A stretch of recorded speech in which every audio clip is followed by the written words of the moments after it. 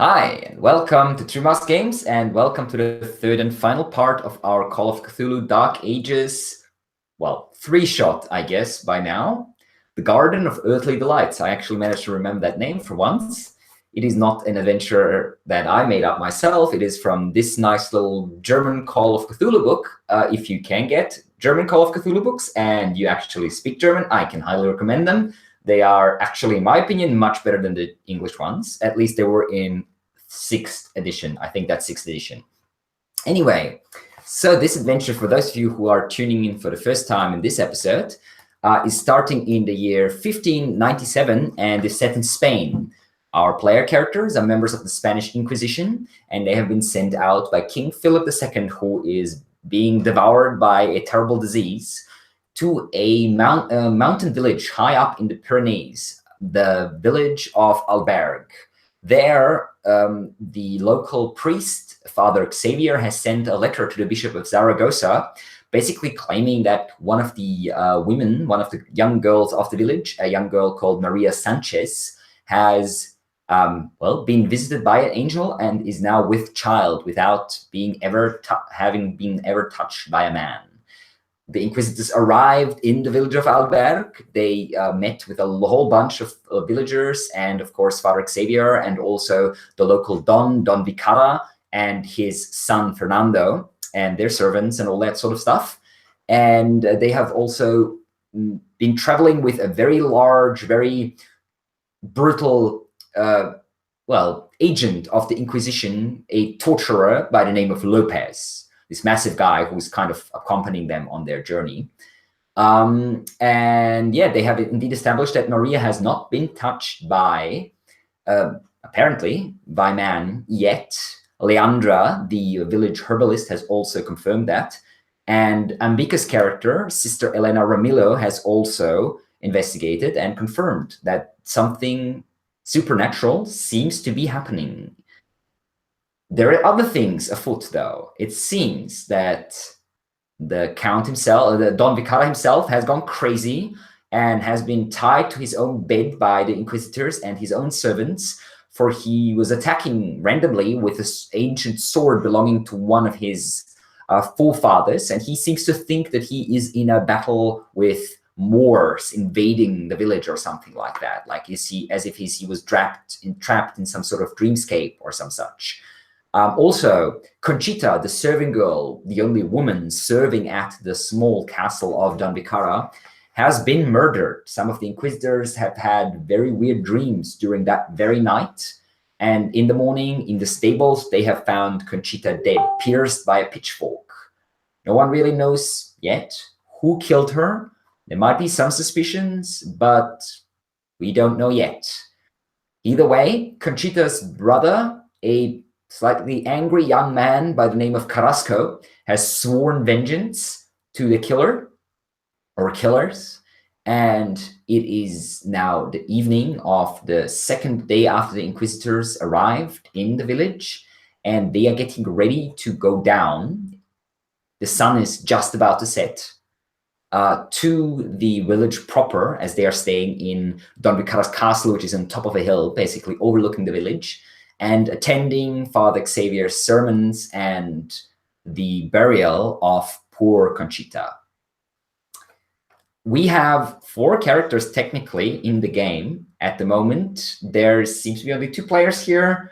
Not sure what happened. One of our players playing Cervantes de Esteban, a Jesuit friar and servant of the Inquisition, has internet troubles at the moment. He might show up or might not. Then we have Sister Elena Ramilo, a nun in the service of the Inquisition, played by Ambika. We have Vidal Perron, a fairly old, very large, tall, and fairly no-nonsense, so to speak, Inquisitor of the Dominican Order, played by Ian tonight. And then we have Alonso de Camariñas, a judge, basically, a traveling judge who's also serving the Inquisition in this matter, played by Ignacio, who has just dropped, apparently, out of our hangout. Hopefully he'll be... Okay, give me a second, guys. Ignacio's messaging me. His computer crashed, and he needs to be using his tablet. the event page. Sorry about that. Technical difficulties. Please stand by.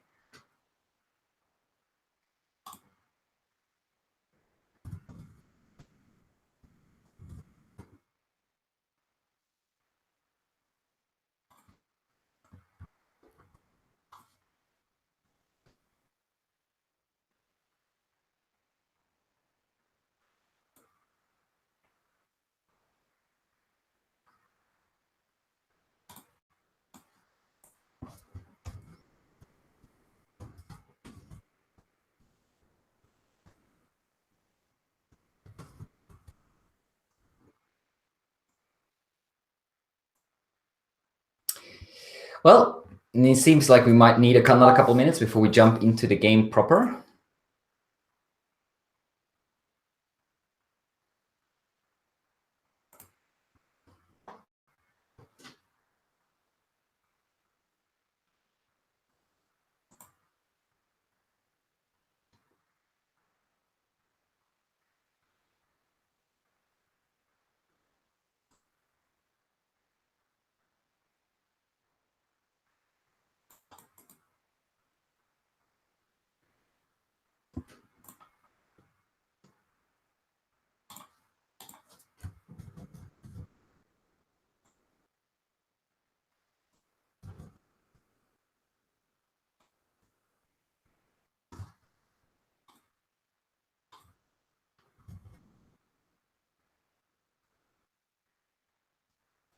Okay, well, I hope this has fixed the issue and Ignacio will be back soon.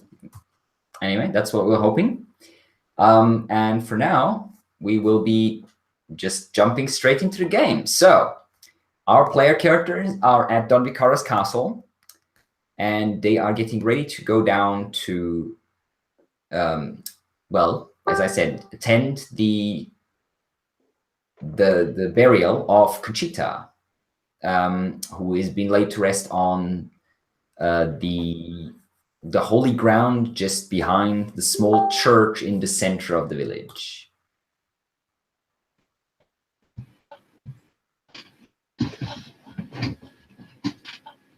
Yeah, I think we're ready to go.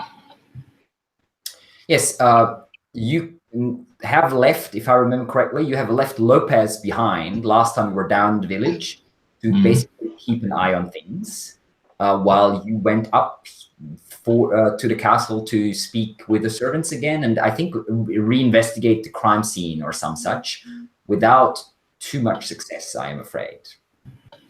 But anyway, so it is just about to get dark. The sun is just about to set, maybe another half an hour or so before it happens. Oh, there we go. We have Ignacio back. Excellent. So 3 players, better than 4, better than 2, I mean. Okay. Hey, what's wrong with us? Excellent. So let's jump in.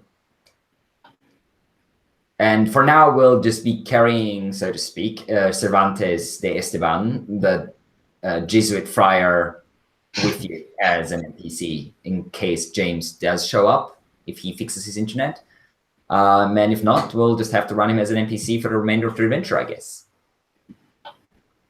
Okay, so you are descending down upon the village, and you can see already there is a large fire burning close to the church, and it's between the church and the graveyard, basically.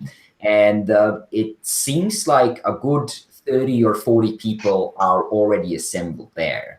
It's not quite dark yet, but some of the people are already lighting torches and building like a little honor guard, so to speak, surrounding the whole scene with torches held high. And you can see that there is a simple wooden coffin, hastily constructed, being carried in from the church, where you remember that you have left Conchita's body behind after taking another close look at it. You can see as you are approaching, Lopez is standing with Fernando, the Don's son, and some of the other villagers. He just seems to be having a discussion with them, so to speak. And as you arrive, however, he turns away and moves over to you and gives you a nod and says, "I kept an eye on everything, as you said. No weird business from what I could tell. Good man. Well, I do as I'm told. Looks like the funeral's about to start. The father's in the church praying if you want to speak to him. And I guess most of the other people are coming in. I haven't seen any of those gypsies, though. They're probably not likely to show their faces at a holy event like this one. Well, I don't suppose they will show themselves, being as they are sinners. Maybe we have time to deal with them after this whole business is over. But I guess we have more important things to do, right? And he sort of points over with his head, and you can see Maria and her parents standing beside, a little apart from the crowd. Every now and then, farmers pass by and give them sort of small bows.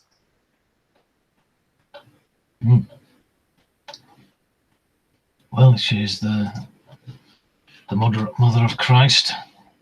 Then she deserves all the respect she can get. We're not sure of that yet, do we? Are we? What about the Esteban's theory? Well, it's hard to say, but it is certain that she did not become pregnant by any normal means. But anything else is only speculation at this point, I suppose. The Esteban's theory is an interesting one. I'm not sure if I believe it, but it's interesting, considering especially the strange things that have been happening here.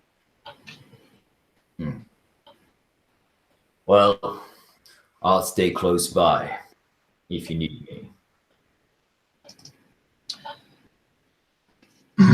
Thank you. I think we may well at some point need you. Well, it's why the Grand Inquisitor sent me with you, isn't it? It wasn't for my good looks, that's for sure. And he runs his fingers over his massive bald head.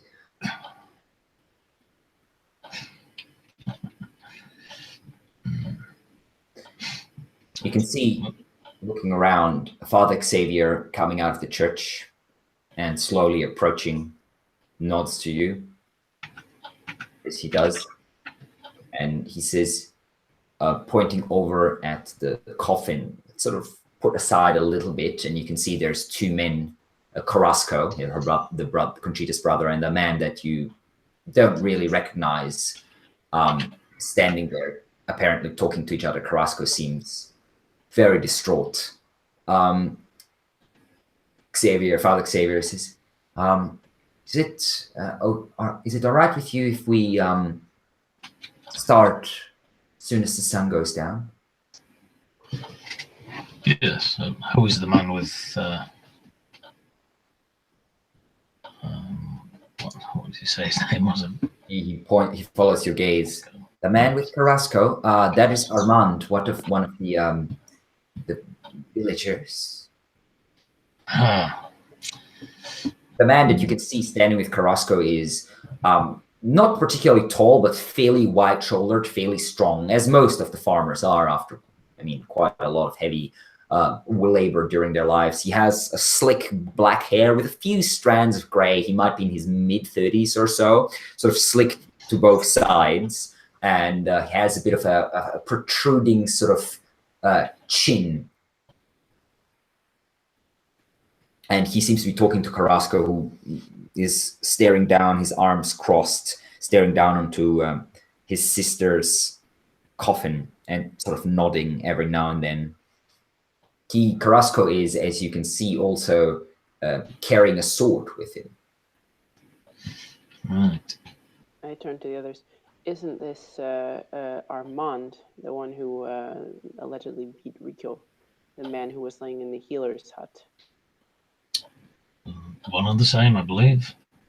Yeah, yes, Father Xavier says, he's not. He is. he's not always in control of his anger, is Armand. There are stories about him and his wife, Rania. That's her over there. He points to the left, and you can see with a group of other women, there is a long-haired, very good-looking, actually, woman in her mid to late 30s, maybe long, dark hair falling over the side of her back. She's dressed fairly plainly, but her the way she holds herself does stick out amongst the other farming women a little bit. Looking a little closer, you can see on the side of her face, she has a greenish yellow bruise, as if she was struck her head somewhere. So between her cheekbone and her temple. Mm-hmm. But I believe that is not a metaphor right now, is it? I think we should give our attention to poor Conchita, who is about to enter our Lord's domain. Yes, indeed. Well, carry on. Very well. If you wish to say a few words, you are more than welcome. You did see her, I guess, a few times, at least, before she was taken from us. But let us proceed. He claps his hands twice, raises them and says, "Brothers and sisters, please gather round. It's time to offer our sister Conchita to our Lord, or at least what remains of her mortal flesh."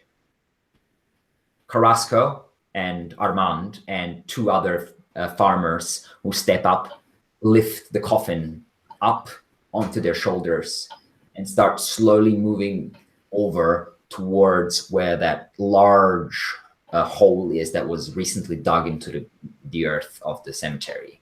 All the other people are stop talking and slowly start crowding in. Father Xavier walks over and looks around. He says, "Conchita was a good woman. She was taken from us early, but the Lord acts in ways that cannot always be understood by us here, by us mortals. Conchita will rest with our Lord in the light of heaven."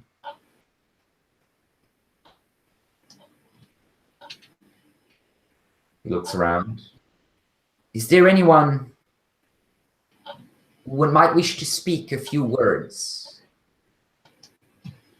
Carrasco slowly raises an arm, seems to be slightly shaking, and he nearly spits to the ground. His face is red with, you're not quite sure, embarrassment, anger, fear, some very strong emotion gripping him anyway. And he says, "I'm her brother. I should have kept an eye on her. And I didn't. It's my fault. But I still have vengeance. I will find whoever did this, and I will make him pay for taking my sister from me. And whoever helped them or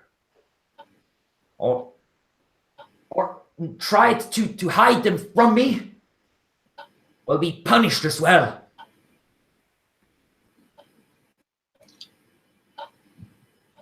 She was working for the Vicarra, but all her life nearly. But now her life has ended and he's put into the ground. Where is the Don? He doesn't even come down to see her go. Get the thanks that she gets. Fernando steps up, sort of puts his arms out to the sides and says, "My friend, my father is feeling a bit unwell. He sends his apologies. I have come in his stead.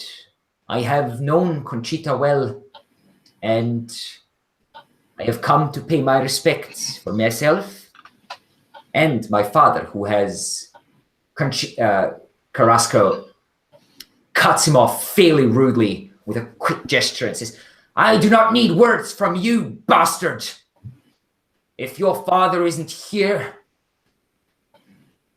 that's disrespect enough. You see Fernando's face going a bit red, and he also clutches the sword that he carries at his side. I'm going to step between them. Okay. I'll just stand there and look at both of them one at a time. Fernando slowly lets go of the sword and just spreads his hands. This is a funeral. Pay respect, please. Both of you. Carrasco looks at you for about maybe 10 seconds or so. Slowly, the red in his face fades. He nods. You're right, but my words stand. However, this is not the time for it. Not until my sister is laid in the ground with our Lord. And I would have words with you after then, too, my son. He gives a quick nod, more of a jerk of the head. Father Xavier steps back up. Sorry, go ahead.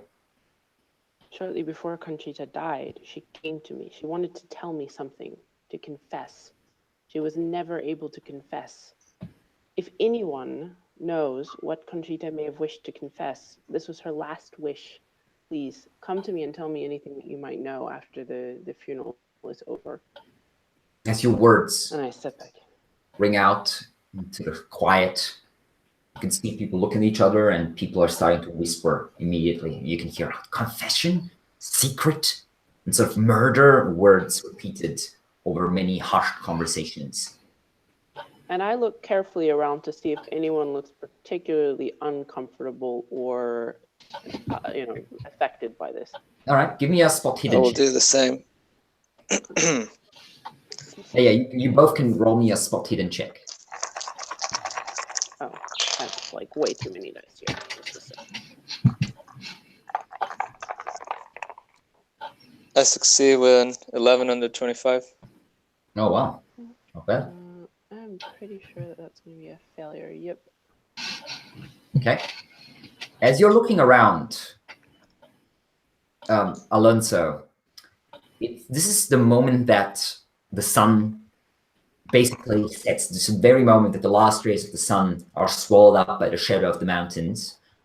And for a brief second, you feel a change, as if some presence has arrived or disappeared. Some presence unseen, yet still somehow affecting the crowd and yourselves.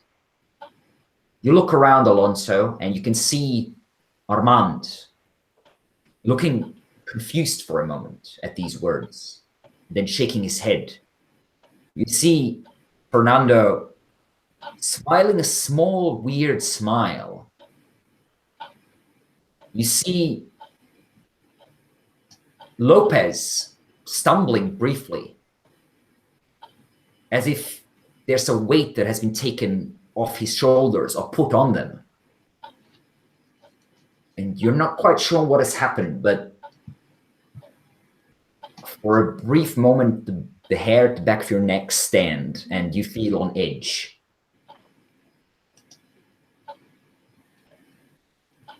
But no one else. I will take a step forward and speak up, but we can wait until if anybody else notices anything.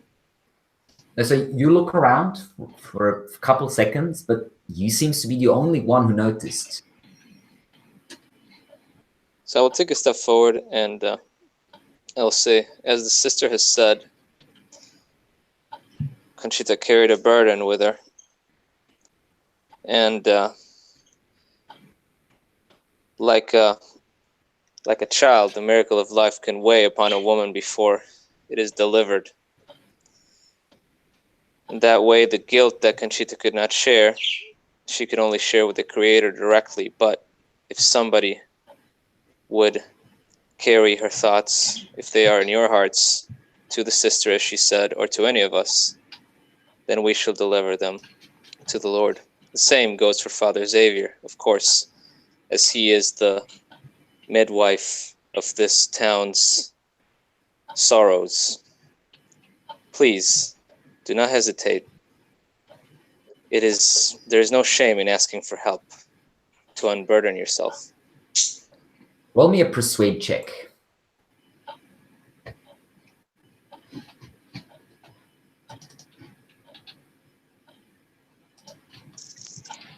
That's a failure. I roll a 52 over a 45. Okay. You look around. Some people are still whispering. Many eyes are on you. No one seems to be making any attempt to step forth. Until Father Xavier does a couple seconds later and says, "These things can wait a few moments." Now the torchbearers are sort of closing in a bit as well as darkness has come. Please, this good girl, this good woman deserves a proper Christian burial. And he gestures as the four bearers step forth and put her coffin next to the hole and step back. You can see Carrasco's face that was red just a moment ago is gone very pale. And his eyes are sort of slowly darting around here and there slightly. Father Xavier steps up and takes out a Bible. For Conchita and for this village, for our visitors from afar, and for the marvelous happenings within this very village of Albergue, and for the feast of San Miguel happening when the sun rises on the morrow, let us pray. And he starts reading from the Holy Script, while the village, in Latin of course, his voice, normally fairly hesitant, gaining a bit of strength as he seeks solace in the word so familiar to all of you. As the villagers and farmers shuffle closer, some bit closer to each other than others. This goes on for maybe 15-20 minutes. And then Father Xavier closes the book and says, "Amen." Everyone else echoes. Now may Conchita go into the light, stand at the side of our Lord in the heavens. The four bearers take the coffin and, with the ropes attached to it, slowly lower it down into the ground and lift the ropes up. There's a very final sounding thud as the heavy wood touches the ground underneath. And then shovels are passed out to the four coffin bearers, and they start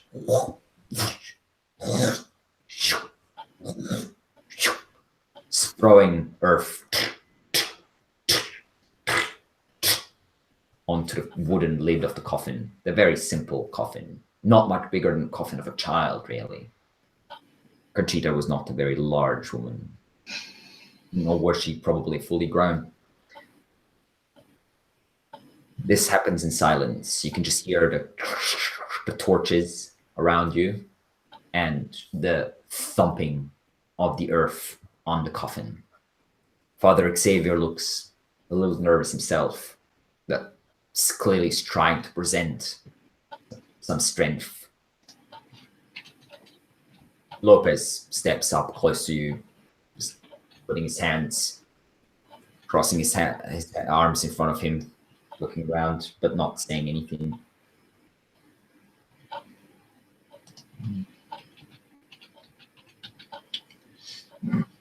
It is sad. Sorry? It is sad. Sad time.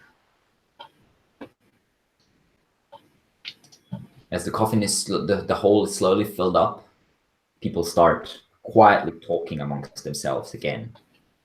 No one seems to be willing to raise their voice, but slowly this spell, this quiet that Father Xavier with his sermon has cast upon the congregation is lifted as they return to matters of the living, and the matters of the dead are slowly left behind.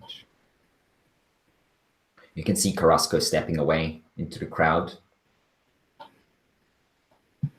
And then you can hear a shout of pain coming from somewhere to your left on the far side of the crowd. And then a voice saying, "No, please, no." The crowd shifts and looks over, and your gazes as well, and you can see two men there, one sort of half bent over, the other one twisting his arm. And you recognize the man who is now slightly bent over, having his arm twisted, as Rico, the injured man that you have seen in Leandra's hut. Leandra herself is actually close by and seems to be about to sort of step forward, but the man holding Rico pushes her away fairly roughly, and you recognize Armand.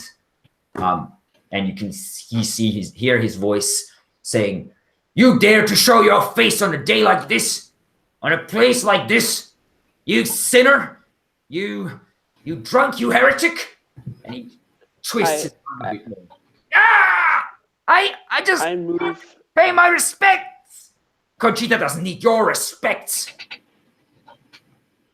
I move quickly towards him, and of course, I'm not very physically intimidating, I guess, but I nonetheless walk directly up to him and say very calmly, "If this man is a heretic, then it is certainly not your place to judge him. Step aside. This is a matter for the Inquisition, not for you." Armand turns and looks at you, and for a moment, there's something in his gaze that nearly forces you to take a step back. As a servant of the Inquisition, you're not used to being looked at with such nearly animal-like ferocity. And you can see that one of his hands, the one not holding Rico, is curved around the heft of a dagger at his side. The moment lasts only a heartbeat, and something more akin to sanity returns to Armand's gaze. He lets go of the dagger, but still holding on to Rico. He says, "Well, you haven't done anything to punish him yet, and everyone knows that he's a sinner and a heretic." I cast a glance over at our torturer friend Lopez, as if to sort of, suggest that he should come closer. And I step even just a little bit closer to this Armand. "Are you truly about to challenge the servants of the Inquisition, servants of God, in the house of God at this woman's funeral? Let go of him." He pushes Rico away, who nearly stumbles to the ground, holding his twisted hand. And you can still see the slightly blood-soaked wounds on his back, basically the clothing that's covering the wounds on his back. Apparently in the struggle, a couple of the wounds have reopened. Leandra immediately steps forward and more or less catches the man, holds him in her hands and gazing with a pretty poisonous gaze at Armand, who doesn't seem to mind much. He does raise his hands though and takes 2 steps backwards. "No, of course not. I'm not here to challenge anyone."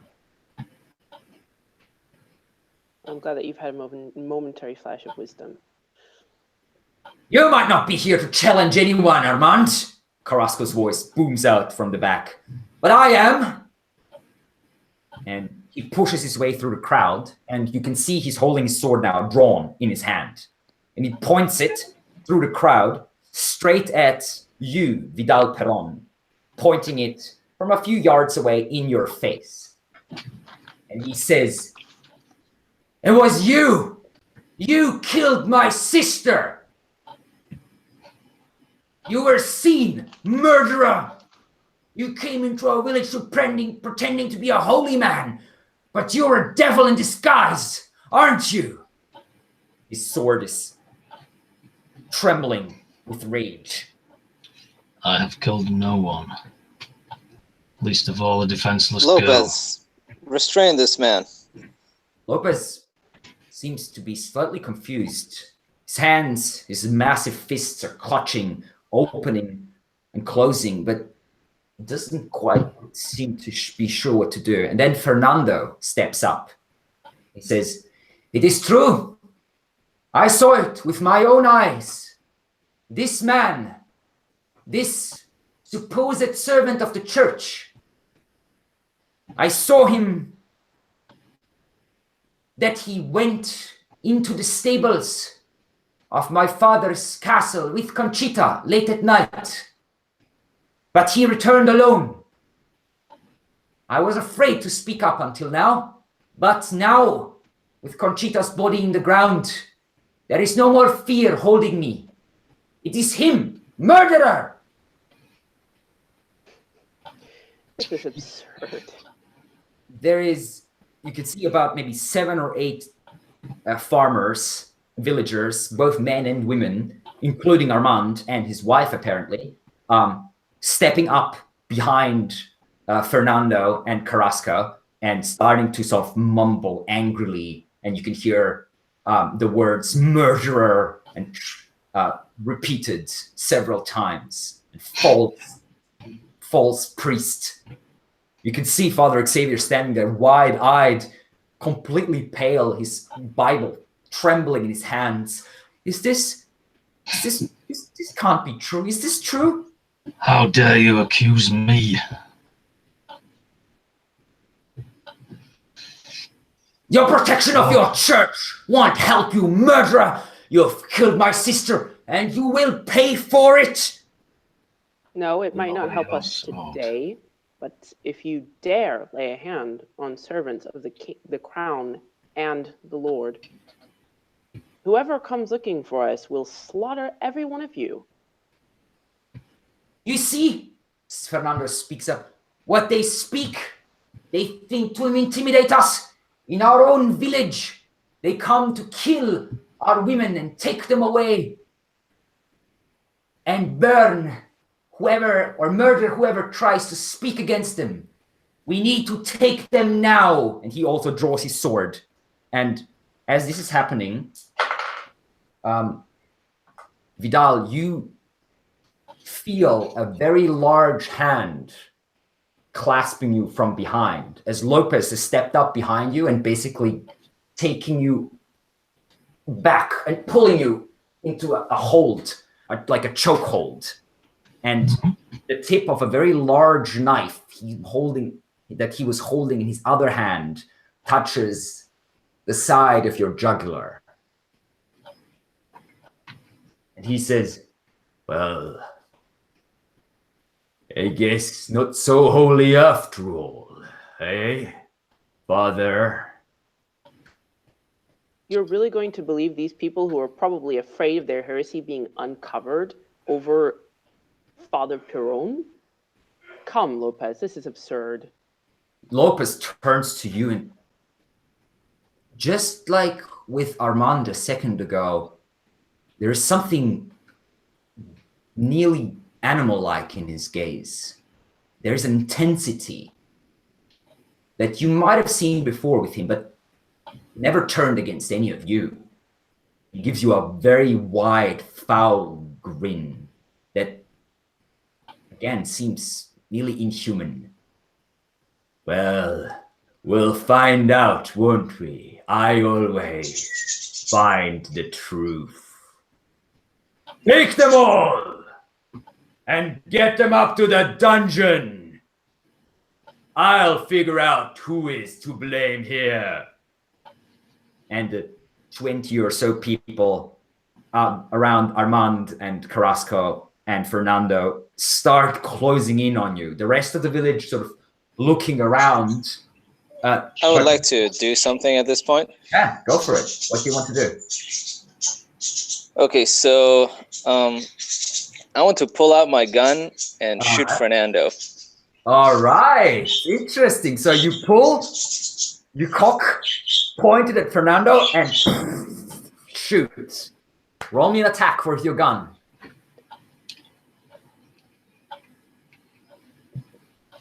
Unfortunately, that's a wide miss because I have a skill of 35 and I rolled a 77. All right, so you shoot, but Fernando ducks to the side, and your gun roars. But the bullet, the musket ball, goes wide above Fernando's head. And as this shot sounds, it seems like all hell breaks loose. 20 or so people rush you from all directions. Vidal, you're pulled backwards with Lopez's knife, who seems to have turned against you, surprisingly, at your throat. The other two of you are rushed and grappled by multiple hands, held in place. Well, I guess the other three of you are Cervantes, taking a few steps back, going for his sword, is overwhelmed within seconds. Oh, I was hoping it was. Praying and clutching my rosary. I was hoping it was a ruse by Lopez to get us out of this, but apparently we not. shall see. You can feel his hot, stinky breath at the back of your neck as he pushes you and pulls you, and the rest of the village still looking after you in shock. None so more than Father Xavier. Father Xavier, speak to your congregation, for God's sake, man.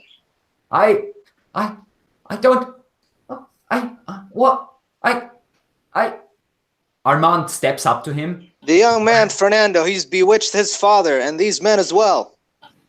Armand He's using the arcane arts.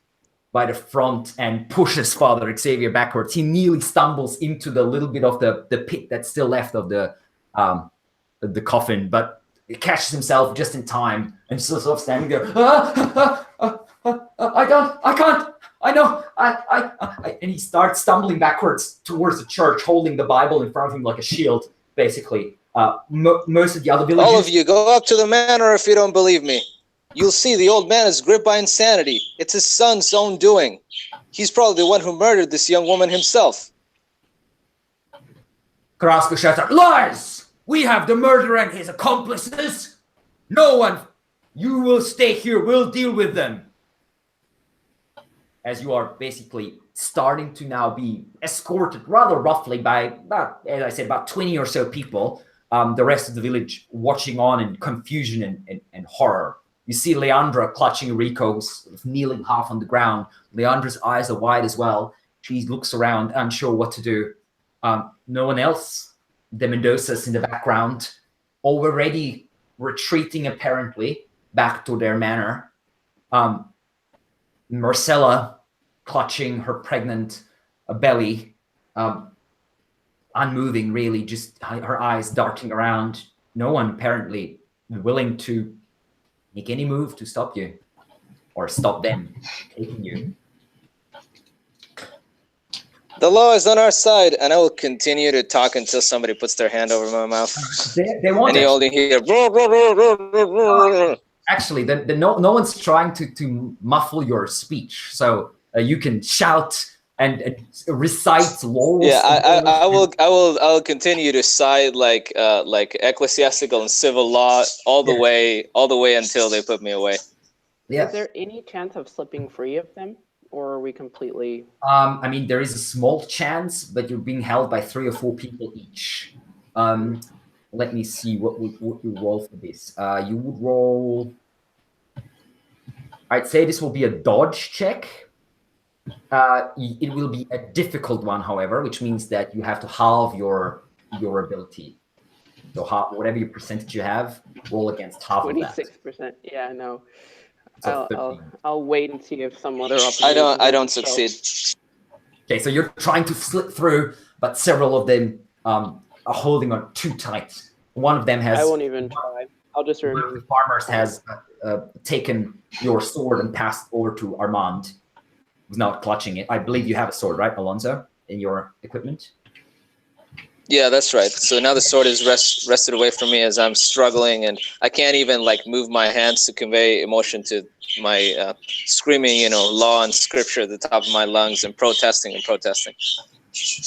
As you are arriving at the the castle, you can see Pepe gazing out from the stables, eyes full of fear. Lopez shouts over at him, "You stay right where you are, boy. This doesn't concern you. We have the murderers who killed Conchita." And Fernando raises his voice as well and says, "Juan, where are you? Come here immediately. We need the keys to the dungeon cells right now, this very moment." Juan, the manservant, appears about a moment or so later, clutching a bundle of keys, looking afraid. What do you mean, young master? "Give them here." Fernando steps up, grabs the keys, and pushes Juan, well, not ungently, out of the way, as you are escorted downwards into the basement and into Sorry. Yep, go ahead. Before we leave the site of any additional people that are around, I will kind of like shout out, if anyone can come and save us from these miscreants, then you'll receive the favor of the crown and the Inquisition. Give me a persuasion check with also a difficult check, so half of your persuasion. There's only Juan and Pepe around, from what you can say, unless persuasion, farmers secretly followed you. Nope, that's a failure. None of them react. They both seem confused, terrified, as you are dragged down into this small room and a long, drawn-out corridor with like 3 doors on each side. Fernando leads you to the end where there's another room, basically, and opens up one of the cell doors on the right, pushes it open and says, "There hasn't been anyone in here for a long time, but I think you will find your accommodations quite agreeable. Put him in, please, Lopez." "Yes, sure." You receive 4 mighty pushes as Lopez, one after the other, hurls you into the cell, and the door closes behind you. The key's turned, and you find yourself in a mostly dark cell that stinks of rotting straw, with a single bucket on the side and just a few small balls of straw that you could sit on if you wished. Lopez looks in through that small sort of window with the bars, and you can see his eyes wide, his pupils dilated, his grin nearly splitting his brutal face, and he says, "Don't get too comfortable. I'll be visiting you soon, and then we'll find out what's what, won't we? The truth always comes out. That's what the Grand Inquisitor says." And then his face disappears.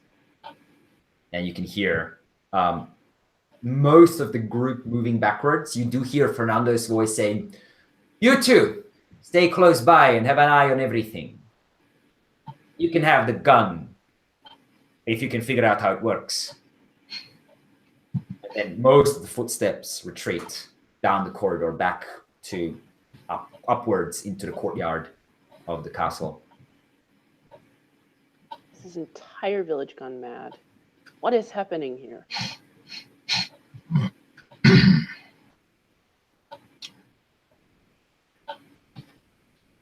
The entire village is under some kind of spell. It's Fernando. I saw him. He had a look of... He had his wits about him. He was in control of the entire situation. I think he's responsible for his father's illness, and he has some kind of strange influence over the other two. I think so as well. And me, I would imagine. I wish to confess.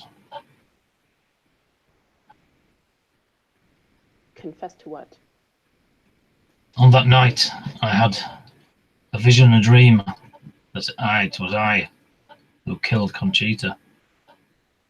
If I am to face God, I must confess that I killed her under duress.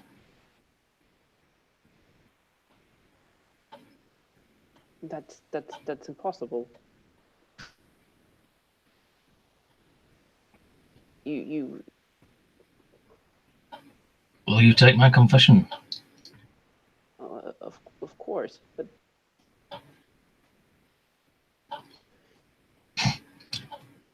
I will confess, clearing my soul and my mind. I'm trying to be at one with God, and then I shall sit down in the corner and pray. Being such a pious man, I will pray for my salvation and the salvation of those who are also under this spell. after a moment, whenever you're done praying, I come and sort of crouch down next to Perón. Father Perón, you said that this was a dream that you had last night. It's entirely possible that this Fernando put this vision into your mind, that he has you under some sort of spell. It may very well be that he forced you to kill this woman, or it may be that he simply led you to believe it was his foul witchcraft. Whatever the case, you can't give in to despair. We have to find a way out of here somehow. And we have to find the people that are responsible for this, whether it's Fernando or someone else. And we have to stop this heresy and this terrible witchcraft that's taken over this village in its tracks. Well, I'm with you. I'm ready to die. I'm with you. Let us find a way out. You can hear heavy footsteps approaching, and Lopez's face reappears. It's time. Who wants to be first? Any volunteer? I will go first. Ah, I was hoping you'd say that, Master Perón. Get him out. Lopez, will you please, good man, will you fetch Father Xavier? I Oh, wish to have some words with him. don't worry. With the man of God before I am to speak to you. Don't worry. You'll have words with him soon enough, Your Excellency. The door opens and two of the villagers enter, grabbing on hold of Vidal Perón's arms and escorting him out. The door closes again. And you can see Lopez and Fernando standing outside as you are escorted just to the right into the room whose basically entrance is immediately to the right of your cell, this back room of the basement. And your hands are lifted up and tied around, basically with their wrists tied together. And you can see there's hooks there protruding from the wall, probably for preserving meat or some such. There's nothing hanging there for now. As Lopez steps up, grabs your hands, and pulls them up, lifting you and attaching you to the hook so that your feet are dangling maybe about a foot off the ground or so. Okay, I was staring into his eyes. He takes a step back.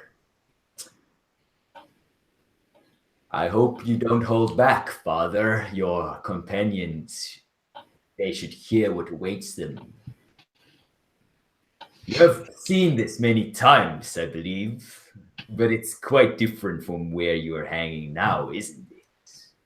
Fernando sort of leaning against the wall behind him, watching it with a fairly empty expression, just a small smile curling around his lips.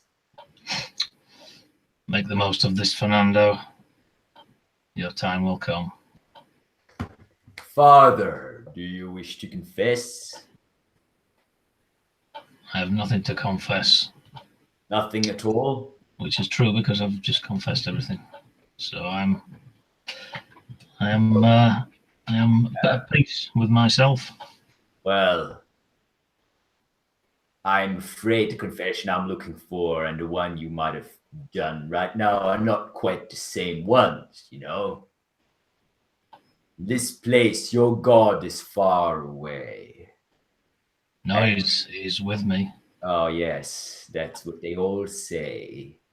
And maybe believe. But now, let's start this. Whenever you're ready, Father, let me hear your confession. The earlier it happens, the less pain will be. But for my sake, try not to confess too early. He goes away for a moment and comes back with these bags that seem to be filled with grain and ropes. He ties the bags to your feet, to your ankles, and then slowly pulls them tight and then lets go.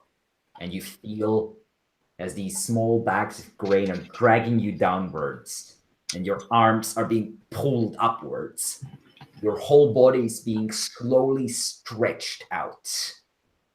It's not too uncomfortable at the moment, but you have seen this happen many times and you know what will happen. Okay. In your shoulders.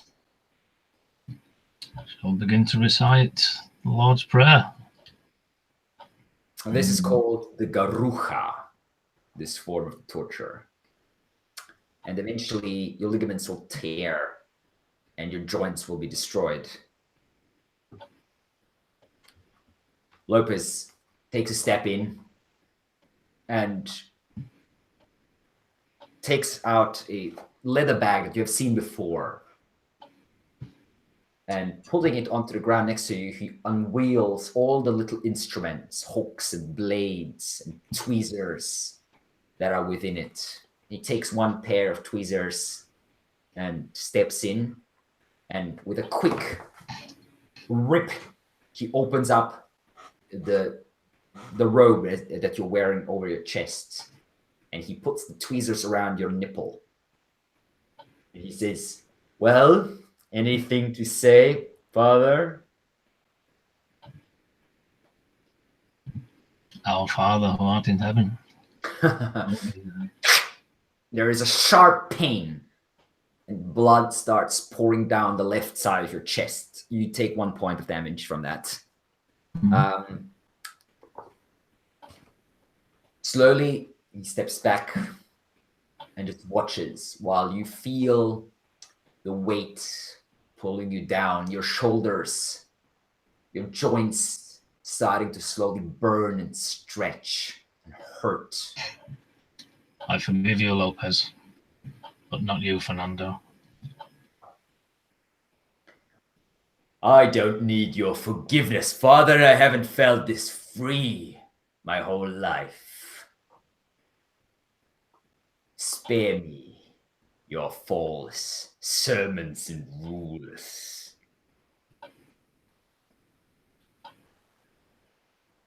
Fernando speaks up for the first time and says, "Well, what about Conchita and her murder? Is there nothing you wish us to tell about that? To tell us about that?"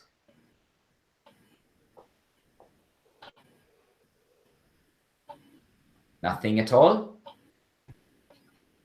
Well, maybe others will be more forthcoming. What do you think, Lopez? It would be a pity if this man would be the only one that gets to witness your art firsthand. Do you not think?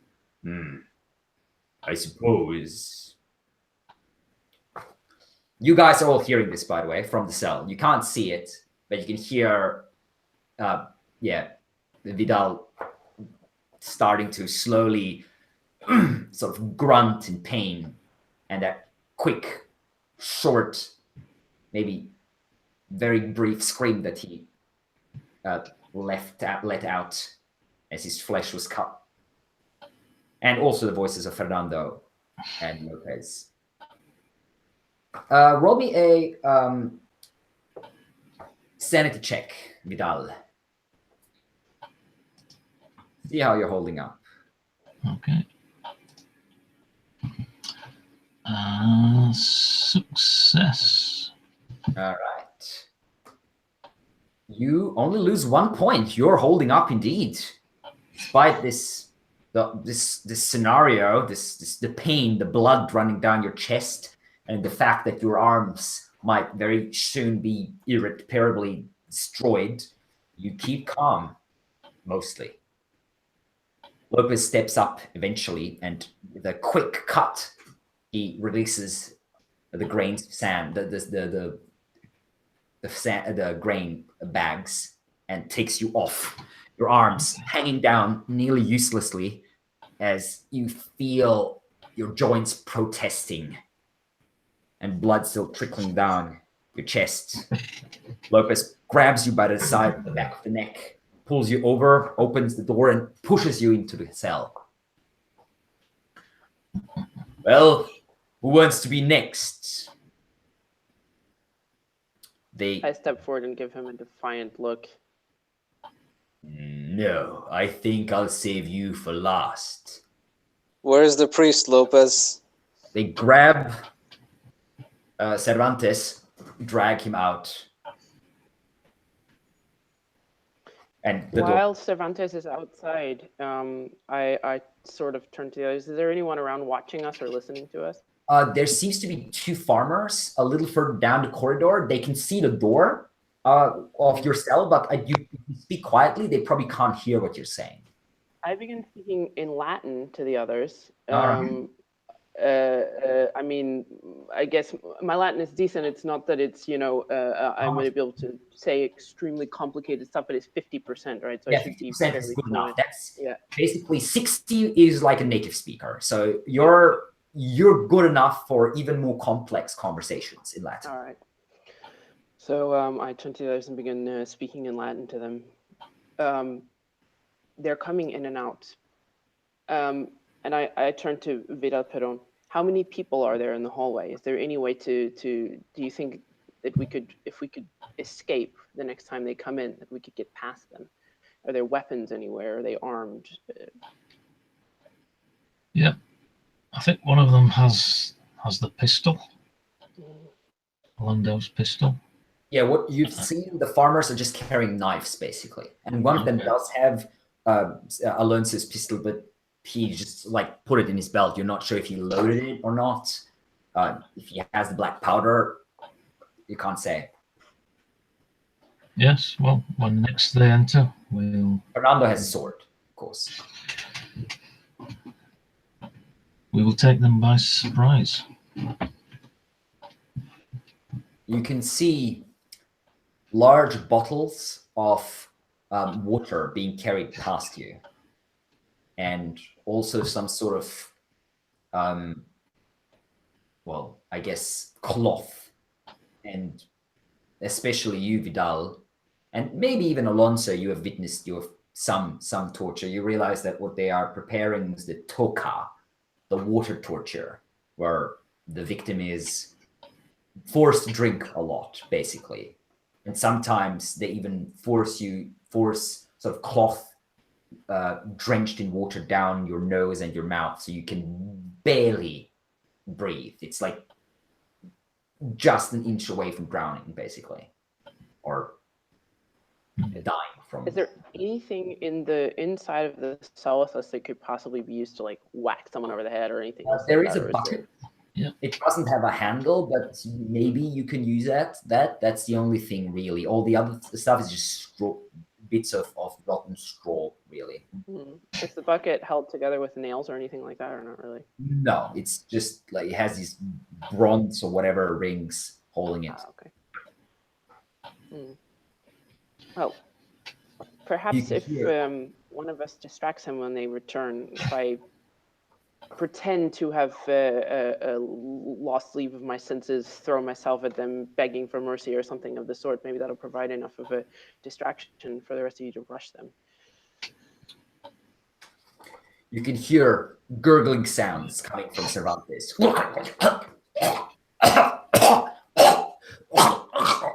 Just around the corner, but you can't see what's exactly is happening. Okay. This goes on for a while, maybe half an hour or an hour, you're not sure. But during this time, can I attempt to provide some first aid to Vidal Perón? You can, certainly. Okay. They haven't really taken away any of your bandages as such that you have. They only took your weapons. All right. So roll me a first aid check. Yeah. Let me take a look at that. I'm pretty sure that's a success, but let me double check. Sorry. First aid. Yep, that's a success. All right. So you regain your 1 health as she binds your bleeding nipple, or the place where your nipple once was. Thank you, sister.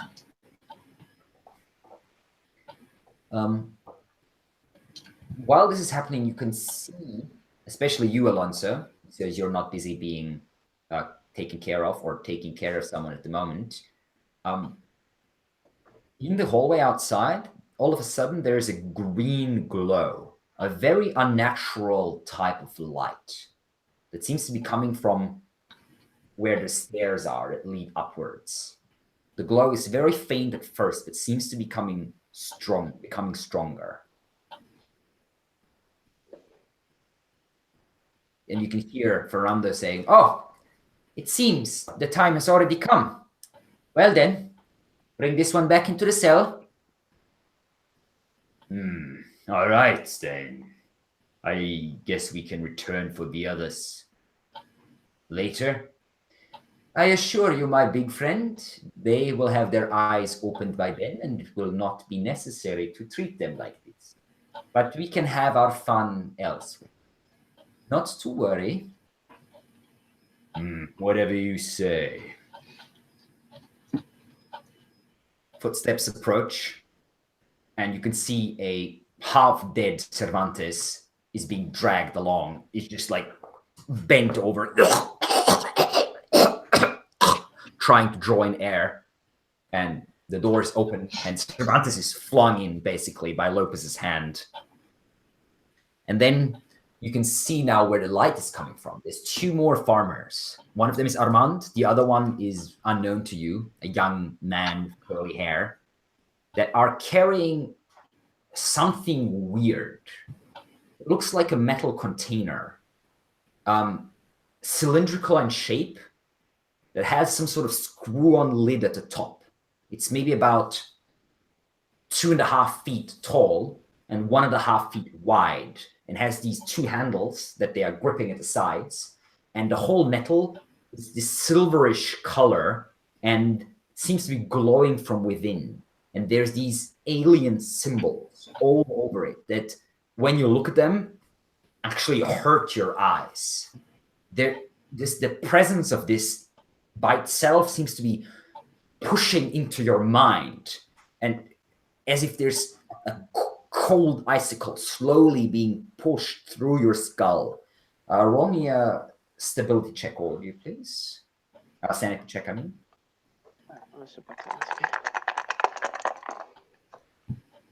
Oh, yeah, that's going to be a success. I succeed. All right.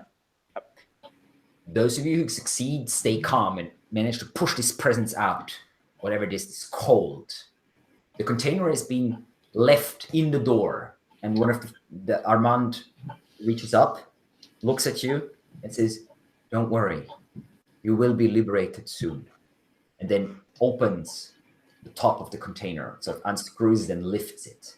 And you can hear from the inside, there's this weird skittering buzzing sound.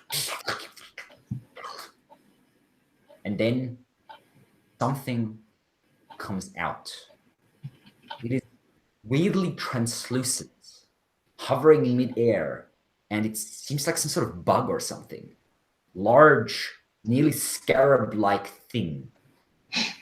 It's the demon, the devil. Shoots forward and through the room and hits Cervantes straight in the face, who's still sort of bent over and coughing. Cervantes goes, and so all of a sudden the bug's gone. Cervantes' eyes go wide and he falls backwards. And while you're watching him, you can see 3 more of those things coming out of the container and flying through the room and striking each of you in the face. You try to raise your arms to defend yourself, but you swear that these creatures actually pass through your arm. And then there's an explosion of cold, followed by a wave of warmth tingling all over your bodies, and you realize that you're on the ground and everything is slipping away.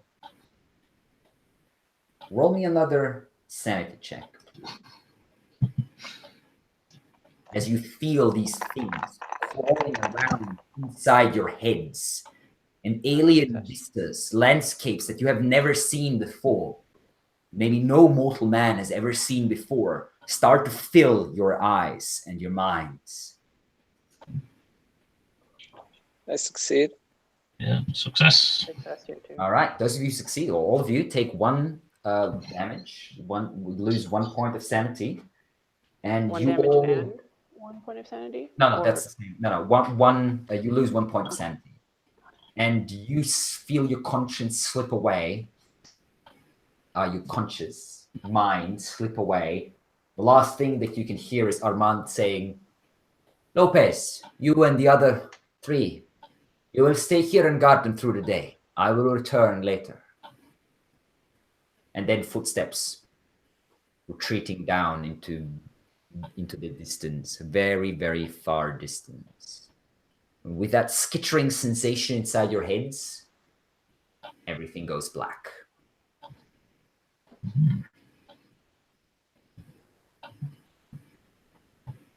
You awaken slowly, painfully. For a moment, you're confused. Your memory is jumbled up. You're not sure where you are. You're not sure what happened. But then it seems to be coming back bit by bit. Lopez's betrayal, the Carrasco's anger, Armand and his wife and the other farmers, Father Xavier, the torture, the weird metal container, and these things. And as you think of them, you can feel the sleeping presence of these things somewhere within your heads. It is drowsy, but it is there, waiting, slumbering at the moment. This evil, this demonic presence, you realize you must be possessed in some ways. But for now, your thoughts seem to be your own.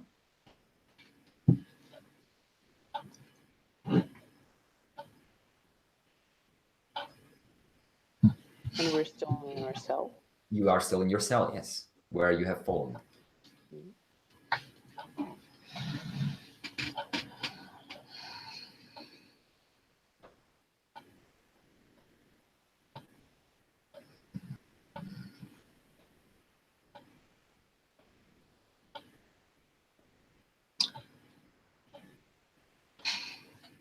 We are possessed.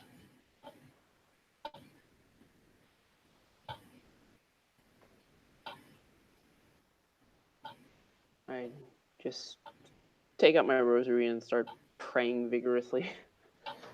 Not sure what else to do. I am afraid that will not help you here. A voice At this point, all pretense is lost, so I take a small flask out of my clothing and take a big drink. As you But do, then I feel like it's not helping that much. a voice speaks from a dark corner of the room.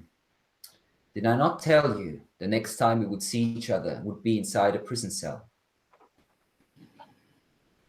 The man Look from around the to see where this is coming from. Yeah, you look over and you see in the corner there's a shadowy humanoid figure leaning against the wall. It leans forward a little bit.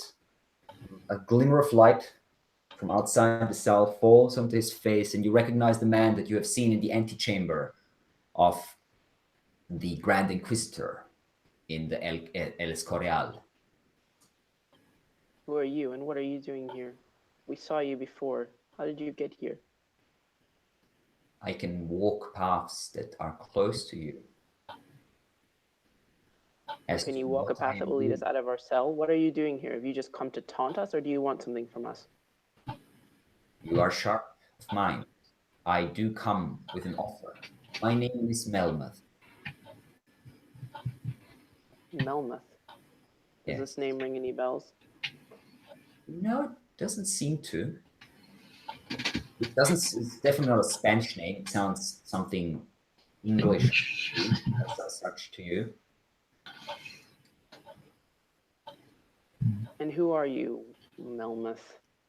I What am is a your business wanderer. here? A wanderer that has come to help, if you let me. You can How feel them. exactly will you help us? And what will you offer? What do you want from us in return? Everything. You can feel them within your heads, can you not? Yes. Yes. Your mind is now your own, and it will be your own until the sun goes down. Just like your friend's mind was his own until the sun went down. Same with so many of the farmers of this village. Then they will take over. The Shan will make you do things, blasphemous things, as they glorify in their freedom, in the control and dominion that they have over you.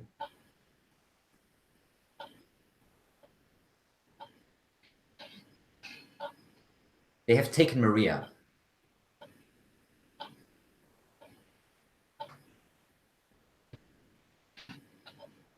They've taken Maria. Yes. Where? I know not. She's no longer in the village. I believe she must be close by. And when you say everything, what precisely do you mean? That's a vague statement. What do you want from us? I want an exchange. I have been wandering. Yes. I have been wandering this earth for too long, and I grow tired. Yet my curse is that I can only end my wandering if someone else is willing to take my place in this bargain that I have struck too long ago. And with whom did you strike this bargain? Something tells me that this bargain was not of God. Well, call it what you wish. Here is my offer. I can help you. I can teach you how to be released of those that dwell within you now. I can release you from this cell. In exchange, one of you, either one of you, will take my place. Lose your soul in the bargain for all eternity. I can't give you my soul. My soul belongs to the Lord, our Savior. It's not mine to give. I assure you, there are ways. Clasping my hand is one of them. A simple way, but it can only be done freely. I'm afraid I can't do what you ask if it requires me to forsake my God. He looked at the other two. What say you, men of the church? Are you willing to give the ultimate make the ultimate sacrifice? Do this exchange? I look at Vidal for a moment. I'm an old man. My days are coming to an end. I will not take up your bargain. And this one, he looks down at Cervantes, who's still semi-unconscious on the ground. This one seems damaged. I do not believe that there is much of his will left, not enough to take my bargain. And you, Alonso de Camariñas, you have judged many. Taking my bargain will allow you to judge far many more. Yes, and lead him to be judged for Yes, forsaking the Lord. eventually. Hold on, sister. Hold on, sister. There's nothing to be lost by talking. And if you allow this, Alex, I'm going to pull out of my clothing like one sheet of parchment and a small goose feather and a very small vial of ink. Sure, I'm going to say, if we are to make a deal, then it must be in writing. Scripta manent, verba volent. Isn't that true? And you shall be plain and tell me exactly what this deal entails. As you wish. I already did. It is a simple matter at heart. I have struck a deal a long time ago.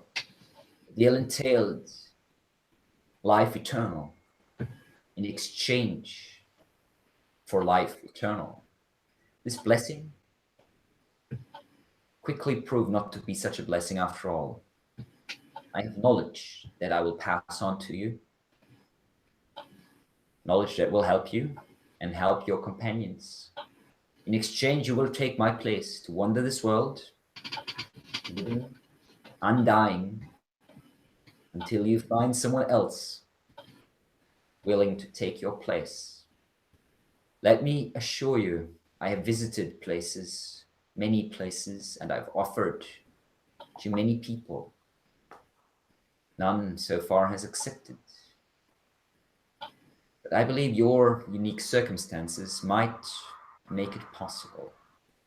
As you see, I speak no lies, no falsehoods, seek not to deceive you. It is not my way. I am Melmoth. I speak truth. You see me scribbling furiously down as I'm putting this down in legalese and all proper. And then I say to him, there's one last thing that you have not told me. What will happen to you and to your soul, if you yet have one, when we strike this bargain and you are free? Well, I will have finally ended my wanderings. As to my soul, I could not say. But I am willing to find out, eager to find out, after so much time. So what you say is that you are in the same position that I am, except that you have lived longer. I don't know either what will happen to me. I have faith, but nobody knows until the last moment. Faith does not last long. But in one thing you are correct. Nobody knows until the last moment. Well, perhaps this would be a test of faith. Perhaps. Can someone, after all, lose their soul for the just cause? A soul lost in such a way is not lost, but given. We shall both sign at the end here to make it proper. A touch of your hand is all I require. But if you wish to put ink down... Yes, we shall both sign, and then I will touch your hand, as you say. So I put down my name very neatly, and then I hand him the pen. Okay, he takes the pen and So this eager, sounds like the work of the devil. eager, quick, slightly trembling hand writes John Melmoth. Drops the pen down onto the ground, turns. There's a small smile on his face now, slightly shaking smile, and his hand shakes as well as he reaches out towards you. I shake his hand. As you do, he sighs, and his face relaxes. And he lets go of you, stumbles back. You feel something. You're not sure what. A cold trickling down into you. It's all, though. It doesn't feel that different.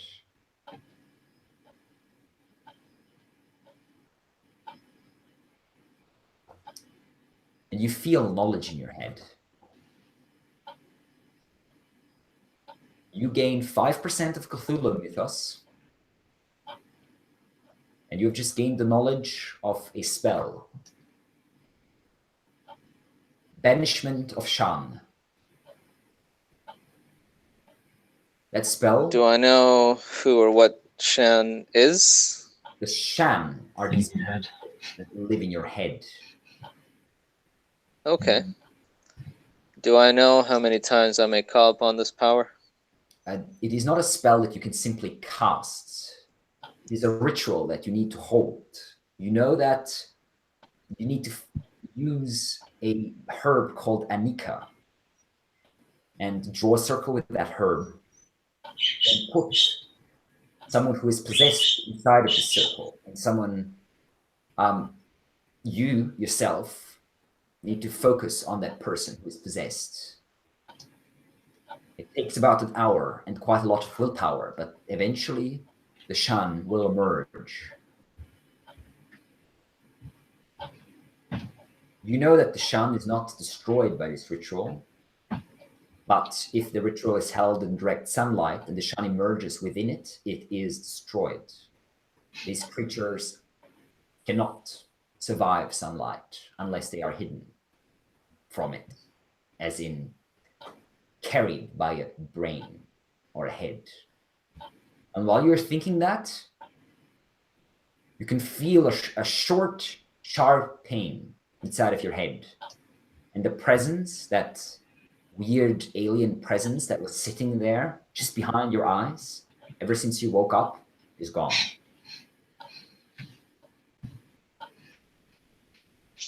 I feel, companions, that the being in my head has left.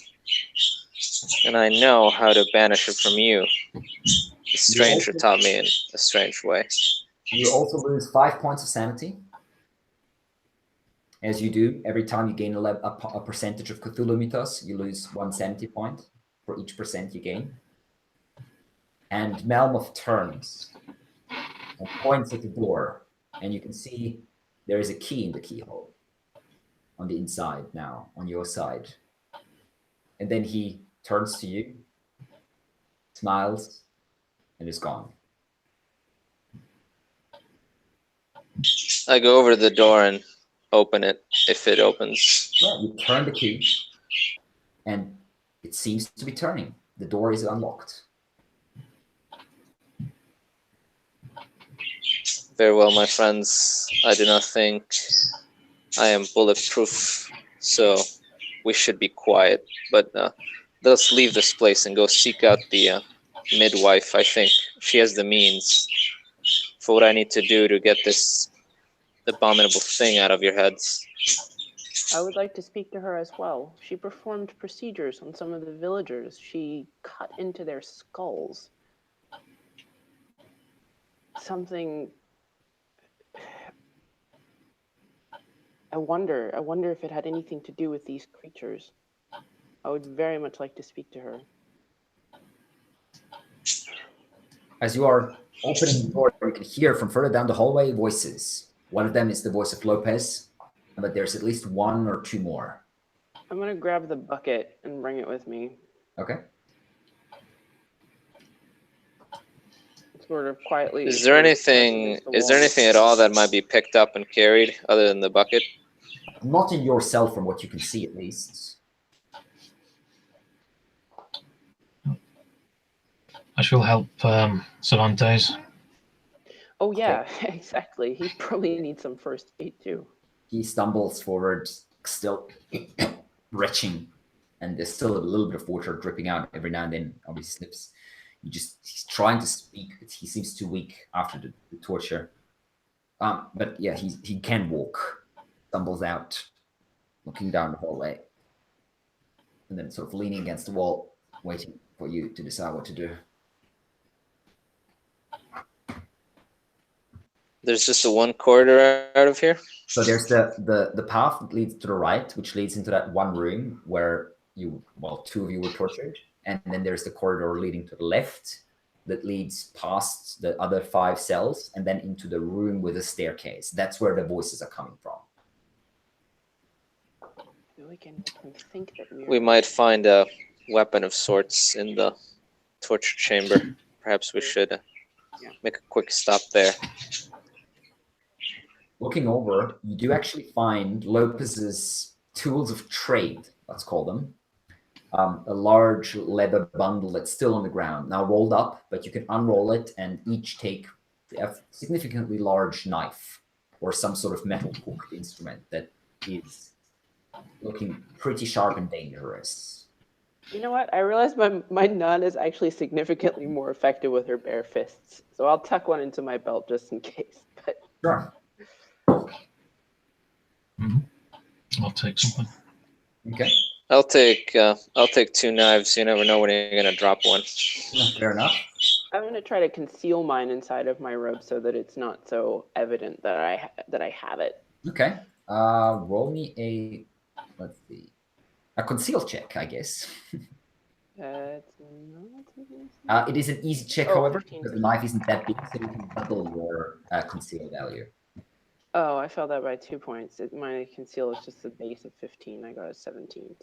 So yeah, you can double your conceal. As I said, this is an easy check. Easy it's check. 30, Okay, I'm not familiar which with this means concept the sixth knife edition, I guess. disappears. Yeah, in that case, I succeed as well. So I put them in inside my clothing. Mm-hmm. Fair enough. I nick the fine fabric slightly, and a curse comes out muffled. All right. So what do you want to do? There's no way to get out of the basement without going past where the voices are, I assume. Not as far as you know. No, you haven't seen any other stairs, or there's small windows. It is sun out. The sun is up outside, but the windows are way too small for someone to. Okay. And are there any sort of corners that we can hide around, or basically anywhere where we could be unseen if whoever's in the hallway were to come down the hallway towards us? Yeah, you can duck into any of the cells, basically. Okay.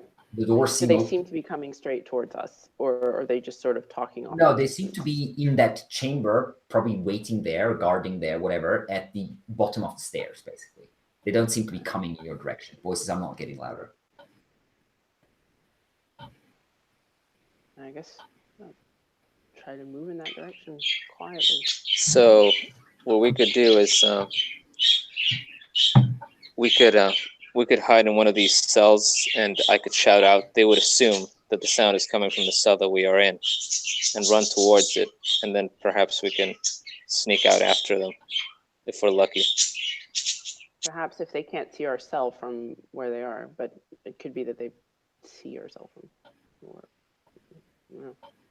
The way I imagine it, Alex, is that there's actually a turn before they get to our cell. It's not straight down, but correct me if I'm wrong. No, there is no turn. So basically, there's the room, and then there's like a straight corridor, and then there's another room here, and the cells are like on both sides of that corridor. But obviously, to get into the cell, you have to turn. You are right, sister, but perhaps they would not imagine that we left. Yeah. Perhaps if I throw this bucket down the hall towards our cage, then they wouldn't. It's not a bad idea. It's worth a try. Where's Monmouth? Has he gone? Has he disappeared? Yeah, Melf seems to have just vanished. He just, after pointing at the door and the key seemingly appearing there, he took like half a step back into the shadows and is gone. Yep, I'm all up for that. Hide in a cell, wait for them to run past, and then nip out behind them, and hopefully find a door, shut it and bar it. Once everyone is hidden, then I will take the bucket, lean out into the hallway from out of the cell, and throw it down the hallway in the direction of our cells. So like down toward the torture chamber, so to speak. Exactly, yeah. So it sounds as much as possible like it's coming from further down the hallway. Yeah, so the bucket just hits the ground and rolls away disappearing into the chamber beyond. You sort of lean the door close and are waiting, and you can hear Lopez's voice going, I guess they're awake. I'll go check on them. Maybe we should give them something to eat, shouldn't we? Fernanda didn't say anything about food. Well, we want them to be at strength, don't we? I mean, they might be murderers, but they're still members of the Holy Church. Let me check. Lopez's heavy footsteps are coming down the corridor. You can hear two more voices, so apparently two more men are talking in the back room, sort of quietly to each other.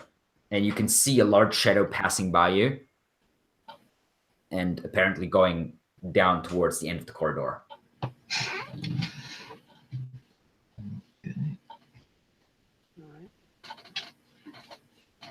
So I peek out after him, see when he turns the corner. All right. Well, he seems to be going towards your cell, basically. Right. Yeah. So I hide. No, not towards the one you're in it right now. Towards your old one. Right. Right. Yeah. Okay. So he's turned the corner already. Well, there's no corner as There's not a such. corner. He only Right. go into only if he needs to go into the cell. He needs to turn a corner. The door itself of the cell is within this corridor. Yeah. But you are. I say we make a break for it. Yeah. Quickly. Yeah. So I'll start running in the other direction. Okay. Yep. So roll me. Let's see. Roll me a sneak check. Oh God! I just realized I have a sneak of 10. Well, you're not very sneaky. Well, I'd probably be sneaker if I was on my donkey. Yep. No. Yeah. I imagine I make plenty of noise, having failed by 52. Yeah, you run down the corridor basically, and as you run up, there's two farmers stepping out into the corridor, sort of looking in your direction as they have heard someone coming towards them, and their eyes go wide, and they're like, "Ah, the prisoners!" And they go for their knives, but you are faster. Yeah, I'm just gonna dodge past them and just keep going in Okay. the direction I think is the way out. Yeah. Okay, so roll me a dodge check because they are, however, surprised. This will be an easy dodge check. Okay, well that succeeded. Okay, so you duck and swerve past the first one and start running up the stairs. Vidal? Yes, try and follow suit. All right, same thing. Dodge check, easy, so double your dodge ability. If I can Or find it. number. Oh, here we go. Yep. Oops. Okay. Oh, I made it. Yeah. All right, and even the large, fairly old figure of Vidal, whose shoulders are still hurting as fuck, managed to run past these two surprised farmers. Alonso.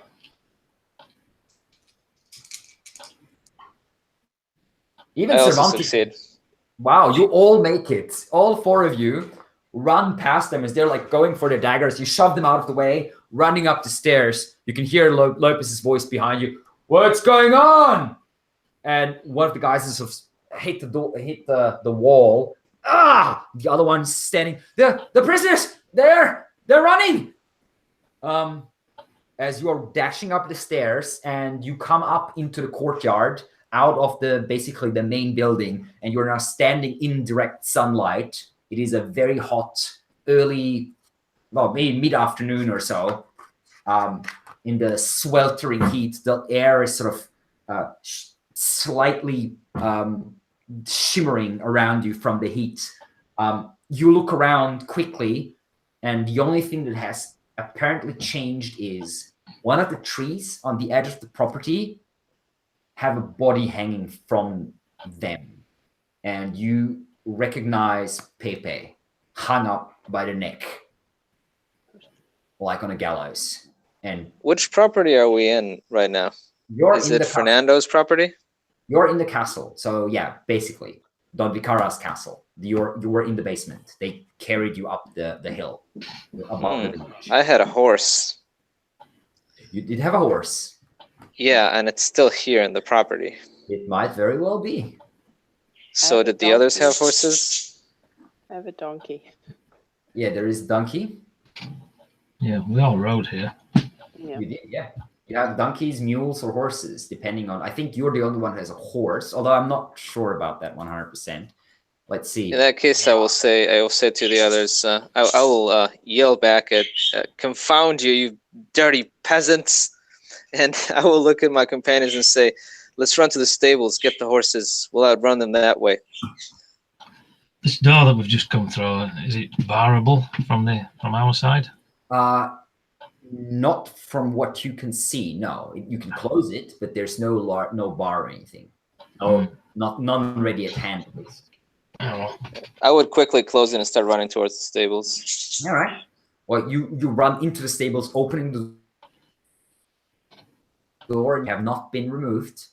However, they are in the boxes and unsaddled, of course, and they look a bit nervous. How So I long would does it take quickly to as I saddle can them? try to saddle my horse. Well, saddling a horse will take you probably about a minute or two, I'd say, even doing so Okay. quickly. I will grab my saddle if it's nearby. And how heavy is it? I mean, you can carry it. It's heavy, Okay, but you so can. I'll carry it and then try to hop on to the donkey without a saddle. Okay, well, without reins in the saddle, Mm. it's not going to be easy, but let's see. Roll me a ride check. I believe ride is a, yes, ride horse. Okay, I Right, have a feeling Case. that I'm about to get thrown off of a horse. I'm gonna try to put the saddle on as Okay. quickly as I No, can. that might actually be a success. That's a 12, and I have a 25. Excellent. Wow. So Sister Elena proves surprisingly dexterous as she leaps on, holding her saddle under one arm, leaps on her other hand, clutching the mane of her proud donkey as she basically pushes it out the door. And yeah, he's now sitting in the center of the courtyard on the donkey. Cowboy Vidal, nun. what do you do? Cowgirl nun. I think I too will go for the speedy option. All right. Risk, Roll me a ride check. risk it. Ah, no. Okay. Not quite as dexterous. So you Leap off, slide off the other side. try to jump upon it, but you can't find a good grip. Your horse is nervous and shakes, and you slide off and hit the ground on the other side. Let's see. Cervantes is trying to do the same thing on his horse. He will not succeed. He also lands on the ground trying to master his steed without a saddle or reins. Alonso is the only one taking his time. Alonso, roll me a dexterity check, which means you check your dex and then multiply it by 5, and then you roll against that, basically. Okay, no problem. So that's gonna be against a 50.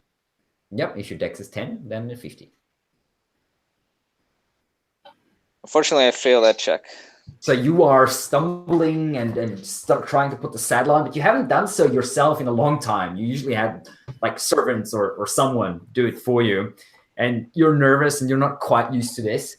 And while this is happening, the door bursts open to the basement, and Lopez, with knife in hand, and the two farmers, also blades in their hands, stumble out into the sunlight and see you. And Lopez says, "Murderers, stop!" and starts running towards you, and the two farmers behind him, following a little more hesitantly. So at this point, I'll just try to jump on the horse and use it the way, without the saddle. All right, roll me a ride check.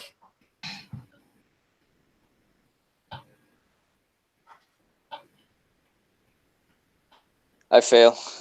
Okay, so you make it out the stables, but then you slip and fall as well. You can't. So the only one who is on her steed is Sister Elena. What do you wish to do, Sister Elena? I want to basically try to see if I can get the donkey to sort of like barrel into them a little bit to try to, throw them, not necessarily, I know it's not a war horse. I'm not going to come with the thing with the hooves crashing down them or whatever, but like just to sort of disorient them and give the others a little bit more time. Okay, sure. Roll me another ride check. Let's see how this goes. I have a question, Alex. Yes. Oh, dang. When I fell off the horse, did it hurt? I mean, it kind of, but not much. That's a 3, so my horse riding skills are fucking on fire today. Okay, so you turn your donkey, and he is pretty pissed. So he starts just like biting everything within his vicinity. You manage to leap backwards, not to make acquaintance with his teeth. However, Lopez is actually not so lucky and is bitten by the donkey as he's running in. The donkey sort of stumbled into him. Ah! Lopez screams and stabs the donkey with a knife. No. Oh, yeah. Poor donkey. The donkey takes 7 points of damage as Lopez's How knife many goes. points does it have? 10. Into the donkey's side. Donkey goes, screams out in pain. However, while this is happening and starts bleeding profusely, Oh, while this is happening, however, the other three can try to, I don't know, maybe jump onto their horse's back again, or do anything else that they would like to anyway. So we'll start with Vidal. What do you wish to do? Yeah, we're still inside. We can hear the screaming from outside, so I'm going to. No, you're outside as well. You see everything's happening. You led your horse out and then leapt onto its back, but then fell back off, basically. Got you. and I imagine I'm not directly next to them anymore because the idea was to sort of barrel through them. No, you're right? about So- 5-6 meters away from them. Attempt to mount up again. All right, run another ride check.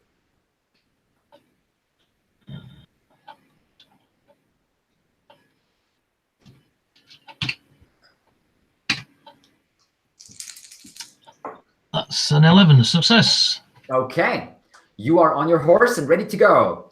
Cervantes is, however, not. He's trying to stumble up, but he's too weakened. He slides back down. Alonso, what do you wish to do? So I try to ride the horse without the saddle again, and this time I succeed. I got a 9 under 35. So 3 out of 4 of you are on your steeds. What do you wish to do now? I'm going to start going down the hill as quickly as I can. All right, so you. We have to come back for Cervantes. They seem to have no plan of killing us. Well, who knows now? But I'll try and come back for him. get him onto my mount before we ride.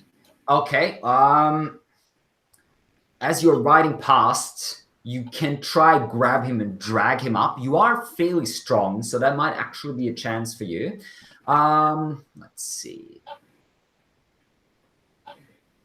Let's do a strength check for you.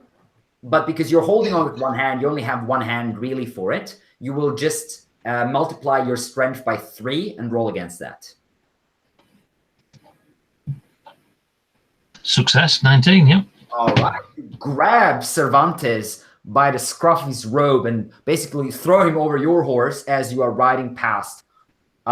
Lopez will take a stab at the donkey as you are riding away, trying to grab a hold of him, slit him. Hi, donkey.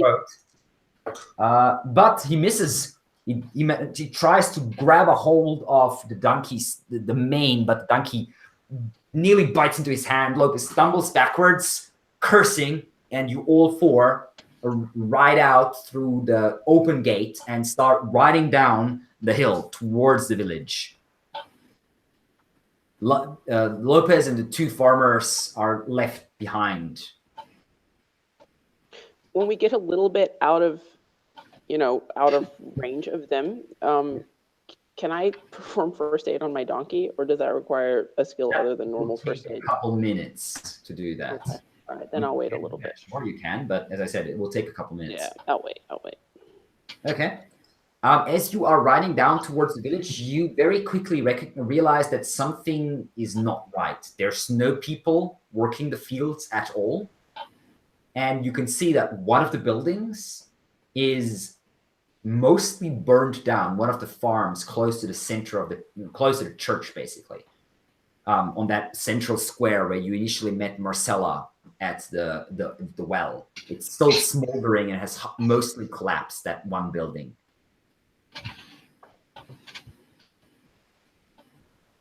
And you don't see anyone moving in the actual village proper. I would head to the midwife's hut directly. All right. Leandra's hut is on sort of the southwest end of the village, on the road that leads out towards the exit of the valley and also up to the southern side where the villa of the Mendozas is, with the vineyard. So do you want to ride through the village or around it? It will take you maybe 5 minutes longer if you want to ride around. I would go through, but quickly. All right. Yeah, my choice was through. All right. Roll me a spot hidden check, please.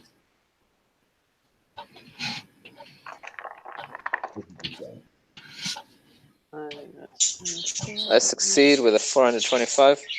All right. Yep, I failed. Those of you who succeed recognize the signs, some sort of battle. There's blood stains on the ground, not massive ones, but noticeable enough. And the door of the church is open, and there is a large pool of blood that seems to be just on the inside of the church. There also seems to be a single man, one of the farmers, standing on the inside of the church looking out. As he sees you, he ducks back in, though. You just see a brief moment, a glimpse of a face as he ducks back in, as you thunder across the central court, the central square of the village, still cordoned off for the bull games that were supposed to happen today. So there's like a fence around it, basically. And then reach the southwestern corner of the village where Leandra's hut is, which you find easily enough. The whole village is only about maybe 25 houses or so in the center.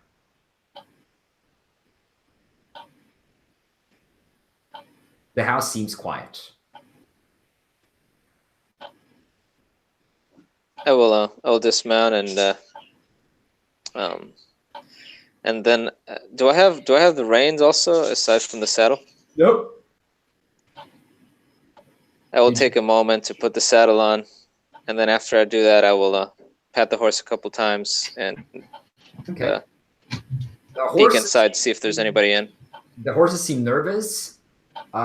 Sister Elena's donkey seems like it's close to collapsing. It has lost quite a lot of blood after this. Then in that case, I will stop for a moment while he's putting the saddle on, and I'll perform first aid. All right, roll me a first aid check. Oh, another die. That's a success. All right, roll me a d4. Okay, just a second. Oh, sorry. Jesus Christ. So, 3. All right, so the donkey is shivering and in pain, but it seems to be feeling a little better now as you take a couple of minutes to tend to its wounds. What are the other two doing in the meantime? If Alonso leaves his horse, I'll just look after it. I'll hold it for him. Yep, okay. I'll check the hut. Okay. The hut is empty. There's a few signs of a quick struggle, but not many. There's no one in there. Are there any herbs left? There are a lot of herbs hanging all around the hut. Dozens and dozens of them. In that case, I will, if there's any sacks here or if there's anything that I can use to make a makeshift one, I will grab every single herb in there and stuff them in and take it with me. That'll be a massive sack, basically, or maybe 2, actually. There's a lot of herbs here. The whole hut is like filled with herbs hanging from the walls, drying. But no, it's not so heavy, is it? I mean, probably I could just put it over my... Right. Yeah. Once I'm done with okay, the horse, so I will tie... If there's any rope, I will tie them together with... right. I will tie the 2 sacks together with rope and then just put it over my horse and mount it again, now that it has the saddle. So you come out carrying the 2 large bags full of herbs, carrying the smell of the herbs with you, and throwing them over your horse. Very aromatic. I think we should get Vidal, do you still believe the girl to be carrying our Lord and Savior, as you said? I'm not certain, but I do know that we need to find a means of saving these people. We need to. I need to take a look at these herbs and see if any of them could possibly be the one that we're looking for. But I think that means that we need to get out of the village for the time being. We need to go somewhere where we have a little bit more seclusion, where someone's not going to come. I agree. Oh, how much have you told us about these things in our heads? He hasn't told you anything. Right. Yeah. So we need to get back. Do any of you have any money that gypsies will take anything? Money? Perhaps that's the right place to hide. With the gypsies? I would rather hide away from anyone. Who knows who's possessed by these creatures? You can't trust anybody. You are correct, but they were not in the town when all hell broke loose. Yeah, that's true, but we don't know whether these things were only inside of the town or whether they were elsewhere. We were up on the hill, or the others were. Some of the others were up on the hill, at the castle, and they were affected. I think it's safer not to trust anyone at all. I would not trust the gypsies. Perhaps they brought that container. If it were up to me, Vidal, I would just leave for the capital right now and perform the ritual there. Perhaps we should. Do you think we need to save the girl? Or should we just I think leave? we need to get as far away as possible so that we can perform the ritual in peace and be sure that it actually works. Not that I will have any part. In that case, I say we talk as we ride away, and I will start going, basically trying to go out of the town. Which direction do you want to ride? Towards the capital. Yeah, I would say the same direction we came in. So out of the valley, basically, is west. Yeah, I would go west. Okay.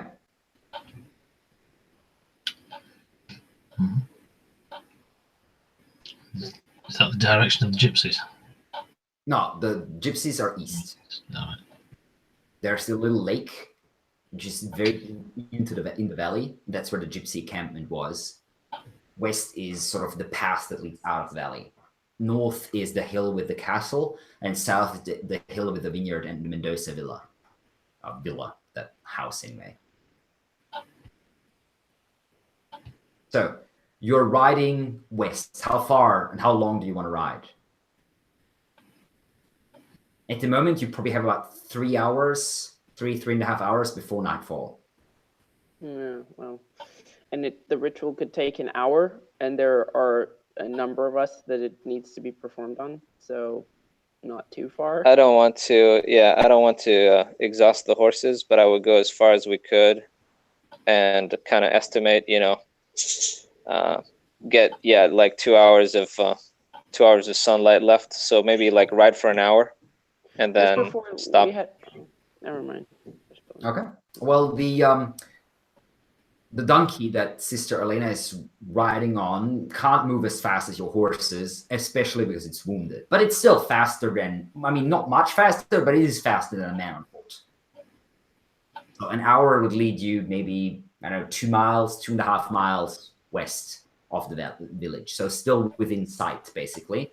Although the edges of the valley, especially in the west, but pretty much on all sides, are forested, so you can easily hide amongst the trees somewhere. So in some places, the forest is fairly thick, and it gets quite dark under the trees, which makes it for a good hiding place. Yeah, I would try to do that, find some sort of clearing with a little bit of sunlight coming in, but still not easily visible. Yeah, you can do that. No one seems to be pursuing you, from what you can tell. You don't see anyone running after you or riding after you. So will you remind me, Alex, the name of that herb? Arnica. Arnica. Arnica. Okay. That's a... So I look over at the sister and I say, will you look at these bags, sister, and tell me which of these herbs is arnica? I will try, and I open the bags and stuff. Yeah, arnica is actually a fairly well-known herb. So that would be a check on natural world, but in the context, you can double your natural world. All right. Yeah, that's a success. 27 out of doubled 40, so 80. Yeah. Okay. Wow. Okay. Yeah, with a few glances, you recognize that there's quite a bit of arnica in the bag. So it must be growing in the wilds here. If Alejandra has as much of it, some of it is very dry, some of it is sort of partially dried, some of it seems fairly fresh. I'll take out the freshest of it, I suppose, and I'll hand it to Alonso. Okay, Alonso, while this is happening, you feel like your whole body's getting a bit colder. You gain another 5 points of Cthulhu Mythos, 5%, and you lose another 5% of sanity. 5 points of sanity. Okay, so I try not to let this show. I just shiver for a moment, and then I take the knives out of my clothing, put them on the grass, and say, "Until we are all clear of this unholy presence, I say we all lay down our arms. Keep them within reach, but as a gesture of good faith to each other, if you will." And I will go about trying to perform this ritual first on the sister. Cervantes, as you suggested with the weapons and all that, he coughs and says, "Didn't you sell your soul? Can we trust him?" If I may, Vidal, sister, I only have time to perform this ritual on 2 of you, and that's if it succeeds. So laying down our weapons is especially important, if you know what I mean. And I look at Vidal. As I said, I'm going to start trying to set the ritual up right away, so I have no time to waste, but I just give Vidal a look. Yeah. I put my start weapon praying that that there's no evil magic here, and that I'm very concerned that all of this ritualistic stuff that he's doing is not the will of God. But I sort of bow my head a little bit. It seems that we're facing a great enemy, these demons inside of us. I can't say for certain whether this power that you have is a miracle from God or whether it's more of the devil's deception. I can't say that for certain, but I put my faith in the Lord, and I believe that he wants me and wants us to defeat this horrific evil that we face. And so I surrender myself to the will of the Lord, and if this is witchcraft, then let me be struck down, and if it's not, then let me defeat this evil that we face. No. So, Alonso, you draw a circle using the arnica herb, and you want to start with Sister Elena, yeah? Yeah, that's right. And as I'm doing this, I imagine kind of the slightly grotesque scene as she's on her knees praying, and I'm putting this like arcane pagan circle around her. And as I do, I will just in a quiet whisper say to her, Did the Jesuit get a weapon from the torture chamber? Did you see it? There will be no time to help him. Not today. I don't think so. But I have an idea. We'll discuss this later. But no, Good. I don't think so. But I yes, can't be good. Sure. There is some rope, and I will set about doing the rest of the spell. I will be totally concentrated. I don't want to bungle it up. And I'm holding my rosary, praying, Hail Mary, full of grace, blah blah blah. Yeah, there's not much what you would consider like a spell, except for lying down the circle. There is no mumbling of arcane incantations. There's no weird gestures. There is no burning of incense, candles, or speaking the names of demons. You basically which just makes me focus. feel better about this whole thing, which I'm already having a hard time. It's just intense focus. Somewhere deep within you, Alonso, you have this knowledge, and you can sense memories that are not yours lurking just underneath the surface. But you push them down. You focus intensely on getting this thing, this shan, this shagai, as they are known as well, out of Sister Elena. In my mind, I see it as I focus. I see it as like I'm in court and I'm trying to get someone to confess, and I have to keep pressing and pressing and pressing. And I just keep focusing my concentration on this thing that's inside Sister Elena's mind. All right. So you feel a response. There is. Sorry. What was the one last question? What was the spot that you chose for the ritual? What does it look like? You said a small clearing. Yeah, it's a small clearing. There's some sunlight coming in, and what I'm gonna do is I'm gonna actually take the flask with the spirits out of my clothing, and I'm going to use it to make sure that there's a beam of light shining directly on her face. Ah, interesting. Okay. So there is sunlight on her at the moment and on Sister. Yeah, directly on her face. All right. You're blinded as this one ray is shining on your forehead, like the light of God himself. And you feel this thing inside your head, Sister Elena, starting to move. It is an extremely disturbing sensation, as if someone is running fingers over your brain, basically, ever so slightly, just barely touching it within your skull. And then I pray even more intensely. I really believe that the word of God is necessary to exorcise a demon from me. So whatever Alonso is doing, I'm going to keep praying the entire time just to be on the safe side. roll me a sanity check. Oh. Just a sec. I failed that one. Okay. You take, lucky for you, only 1 point. You lose only 1 point of sanity. You also lose 1 permanent point of mana. Okay. Oh, sorry, magic. It's called magic points in this. So your permanent magic points go down by 1. Okay. Alonso, you also lose 1 permanent magic point,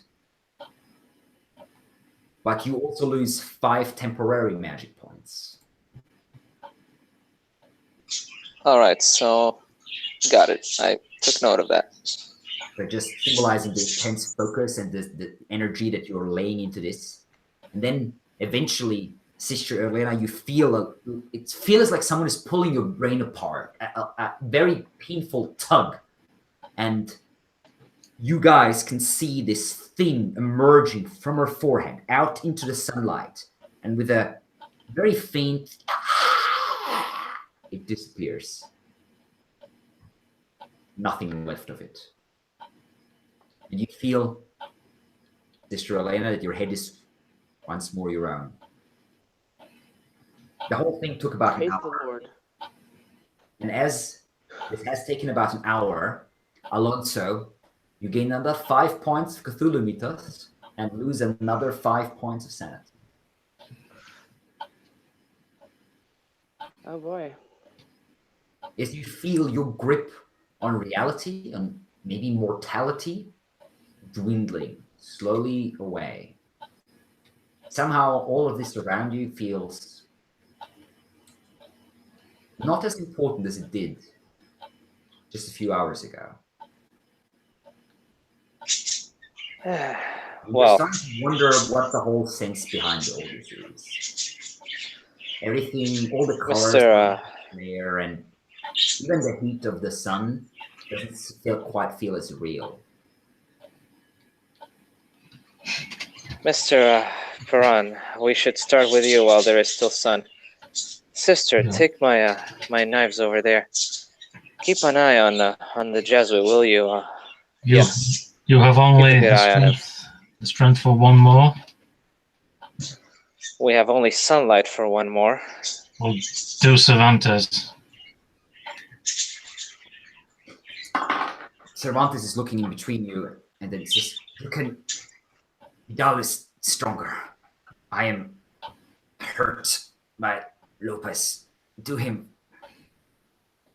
He's more important. You can tie me to a tree or something. Leave me here. Good idea, yes. Time to a tree, sister. We have a little bit of rope. Maybe time to tie his hands to a low-hanging branch or something. Now, Vidal, let's not lose time. All right. The ritual repeats. Very well. I tie him up to the tree, but I also feel around his head and see if I can feel any actual movement from inside of his head. Okay. Roll me a dexterity check. Just dexterity times 4. Ah, Jesus Christ. Oh, blasphemy. Sorry. damn dice.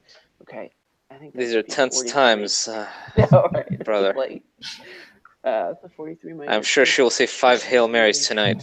13, that's 10, 5, so 65. So that should be a success. Okay, you run. Your fingers. My real life dexterity, on the other hand. But you don't feel any changes. No swelling, no bumps, no soft spots. Apparently, no weird scabs, no fresh wounds. Nothing. Right. I still kneel beside him and begin praying.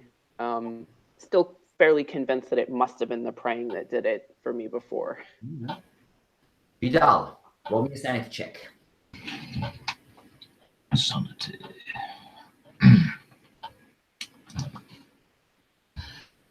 Yes, success. Yes. Success. You lose 1 point of sanity. You, with the power of stoicism and faith, keep there. You lose 1 point of mana, a permanent point of magic. Okay. Yep.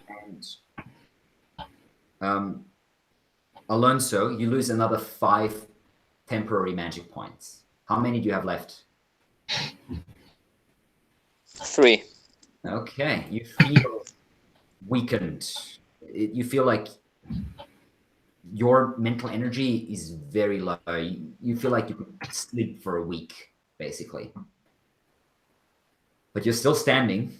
However, as the ritual finishes and another one of these things comes out and is burst by one of the last rays of the sun, you gain another 5 points of Cthulhu mythos and lose another 5 points of sanity. How many sanity points do you have left at the moment? 48. Okay, not bad actually. So I take the flask. Well, I still have it in my hand, but I uncap it and I down the rest of the liquor, Okay. all of it in one go. Mm-hmm. It feels not as strong as you remember it. Like it was diluted. The taste not as intense. The smell not as strong.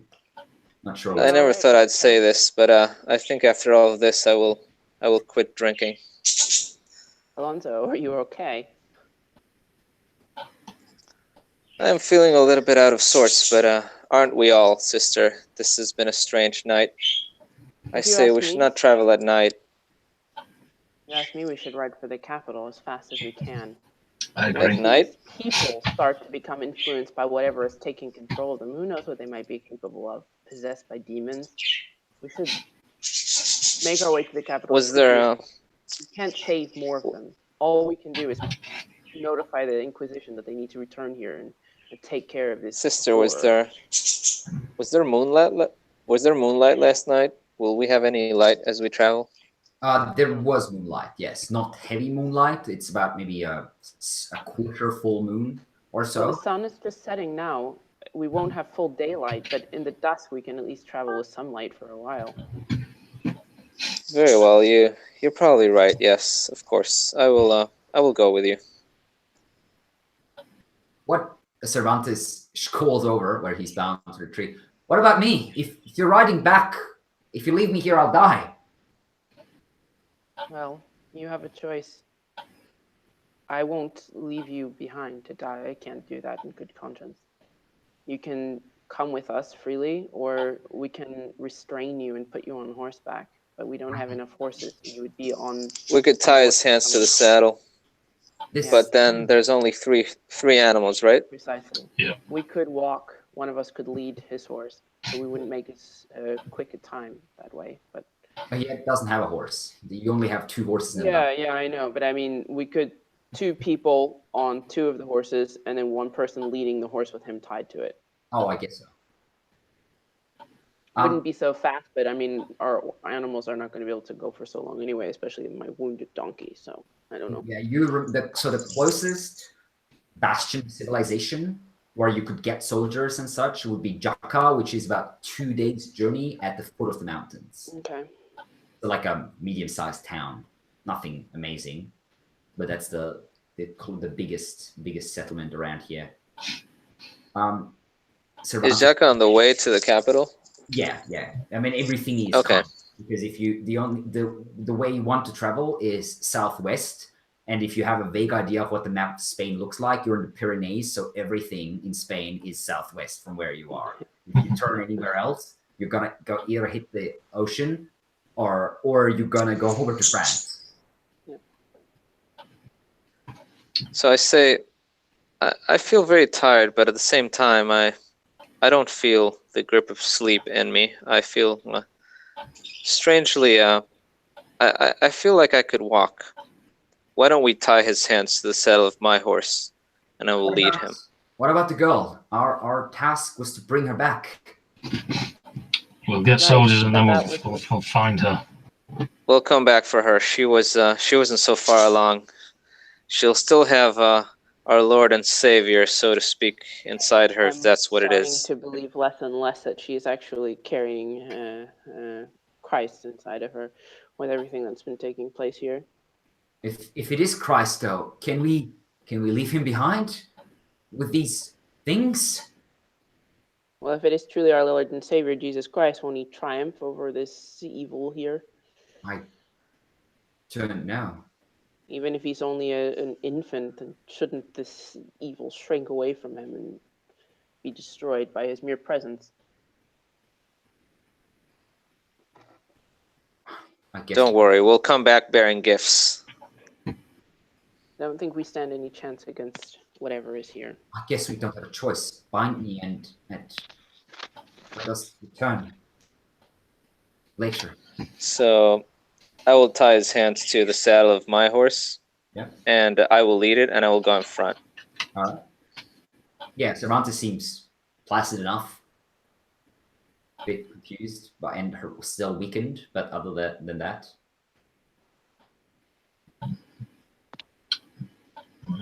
Press on. All right. You are traveling west, and the sun is setting. The darkness is gripping the land around you. There's a circle, a moon looking like a scythe or a sickle rises up above you. As the sun disappears, you can sense a change coming over Cervantes. He slumps forward, and his eyes are moving left, right, looking at you.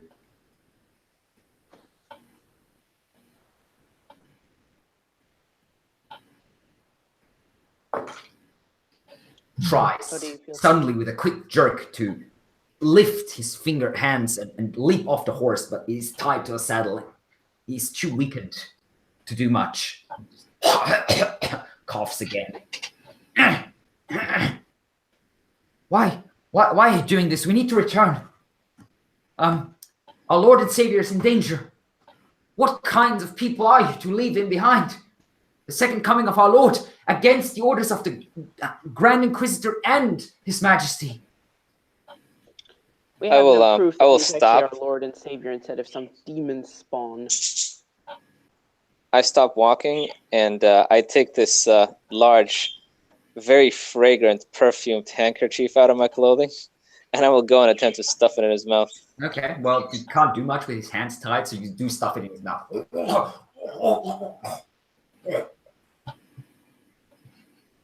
I think I've had enough of saviors for one day. Master Jesuit. Slumps forward. His eyes go wide.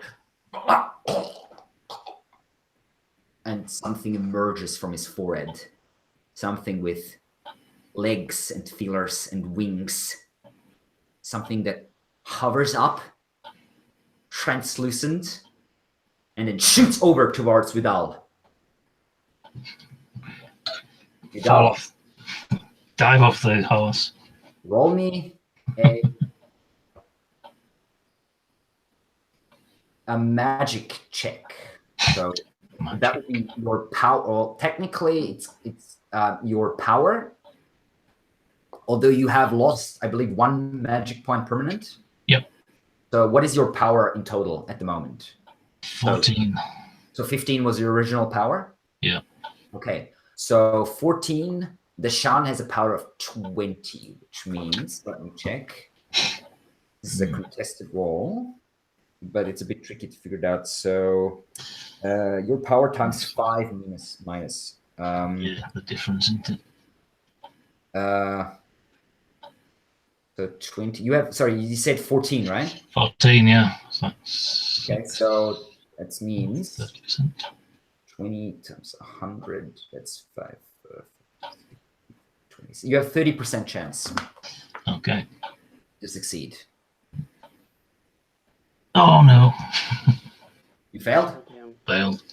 All right. You see this thing entering Vidal's head, disappearing inside. Vidal's head goes up, and then Vidal visions of many, many things explode in your head, other worlds, other places, other times, as this thing, this Shan, this creature of distant Shagai takes control of your mind. Give me a sanity check. Check. Okay.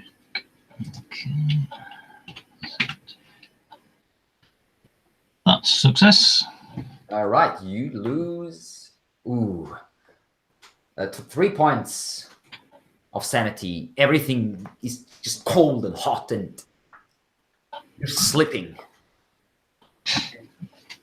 You guys see Vidal drawing one of the knives and lunging at Alonso.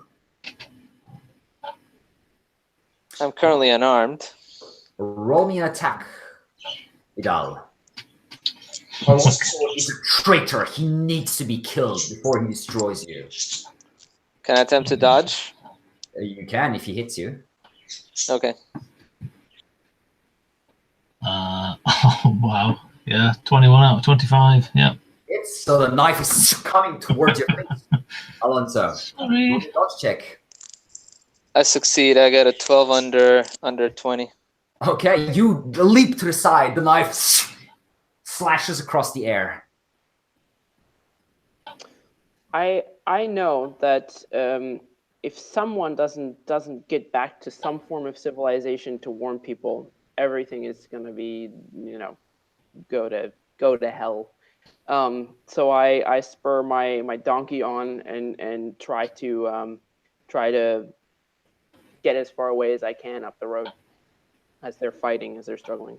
All right, so you just are you on foot or are you on a horse? I'm riding my donkey slowly. Okay. The other guy was on the tied up. Cervantes. Was on the other donkey, and Alonso was walking. But I assume also Vidal were. Yeah, he leapt off his horse to attack Alonso. Yeah. Okay, so you guys see Sister Elena basically riding away as fast as her weakened donkey can while you are struggling. Alonso, it's your turn. What do you wish to do? So what I want to do is I want to run around my horse and over to Vidal's horse and attempt to mount it. All right. Both that would be a contested dexterity check. Sure. So what's your dexterity, Vidal? It is 9. 9, and Cervantes, yours? It's 10, but I already I failed my check by 34, so he would need to fail it by more. Okay. Well, it's actually you rolling. He doesn't need to roll. A contested check in Cthulhu is not both of you roll. There's this matrix where you sort of look at. Anyway, doesn't matter. But yeah, if you failed it by that much, that's going to be a fail for sure. Because his dexterity is barely less than yours. I think it would be a 55% chance for you if his dexterity is 1 less than yours to succeed. So I imagine that he gets another swing at me before I get to get on the horse. Exactly, pretty much. So you try to run past him, but he stops you and tries to stab you once more. And I succeed again. Yeah, this Sorry, Vidal. So I'll roll my dodge here. Yeah. Vidal was. But I don't dodge, so I take the hit. Take the damage. So this will be 2d4, I believe. Oh dear. Oh, there isn't a macro in here. So yeah, 2d4. Okay.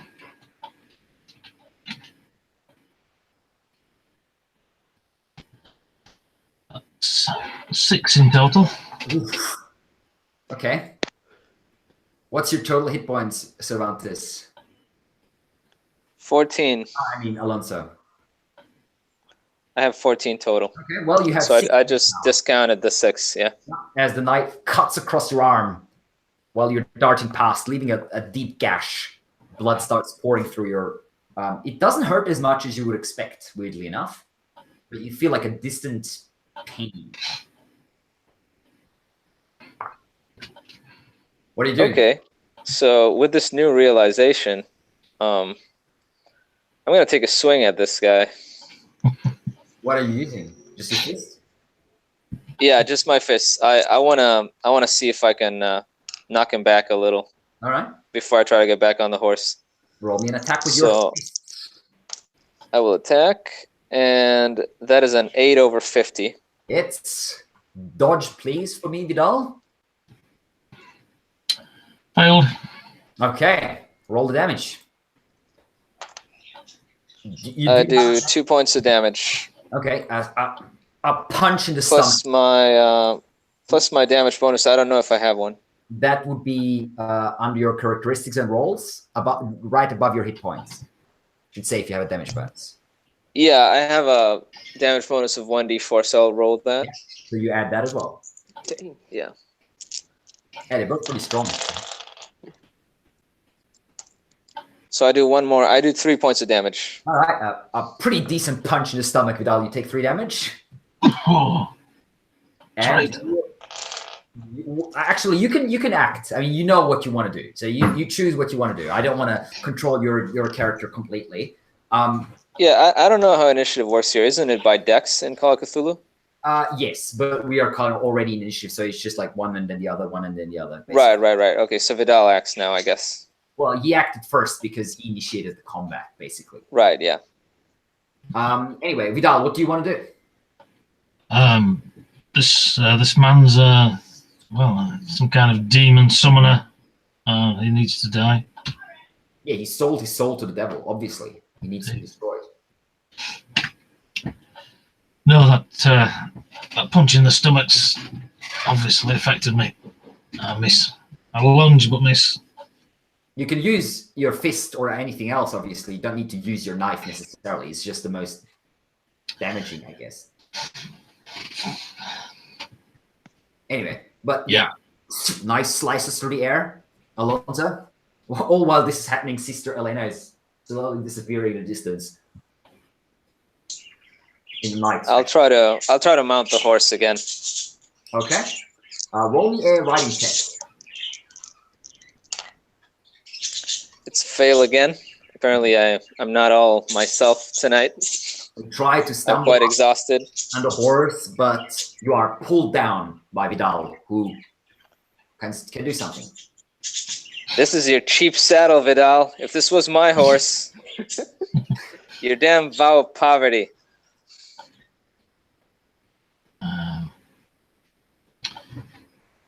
Yeah, I want to capture him, tie him up with the other one, and then we can actually take them back to be questioned. You can knock him unconscious when he drops to 0 hit points. That would mean he's unconscious. Yeah, I'll try and punch him on the nose. That usually does the trick. All right. Fist attack. Fist attack. That's quite a bit better. A left cross. Yeah, fist is... Should be 50%. Yeah. Oh no, still missed. All right. Whiffs past Alonso's head, who's still trying to get up the horse. So here's what I'm going to do. Would it be possible for me to try to mount the other horse? I mean, I know the guy's tied to the saddle, but can I get like right in front of him or something? Like, is there... It's possible, but it would be very tricky to do that. I would be okay, it would be even harder. So I'm still going to try to mount this damn horse again. All right, go for it. This time, no, I still fail. By how much do you fail?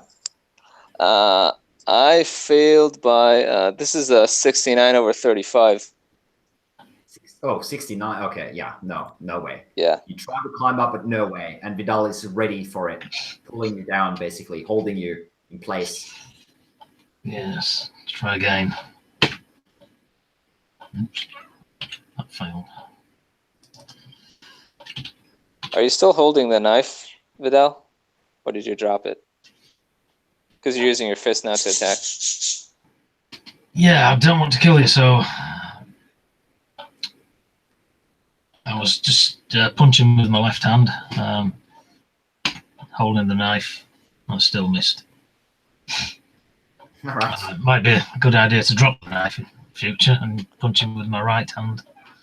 This is a comedy of errors. Yeah. You're struggling too much. I can't grab hold of you and punch him at the same time. That's what's happening. I'll try to punch him. All right.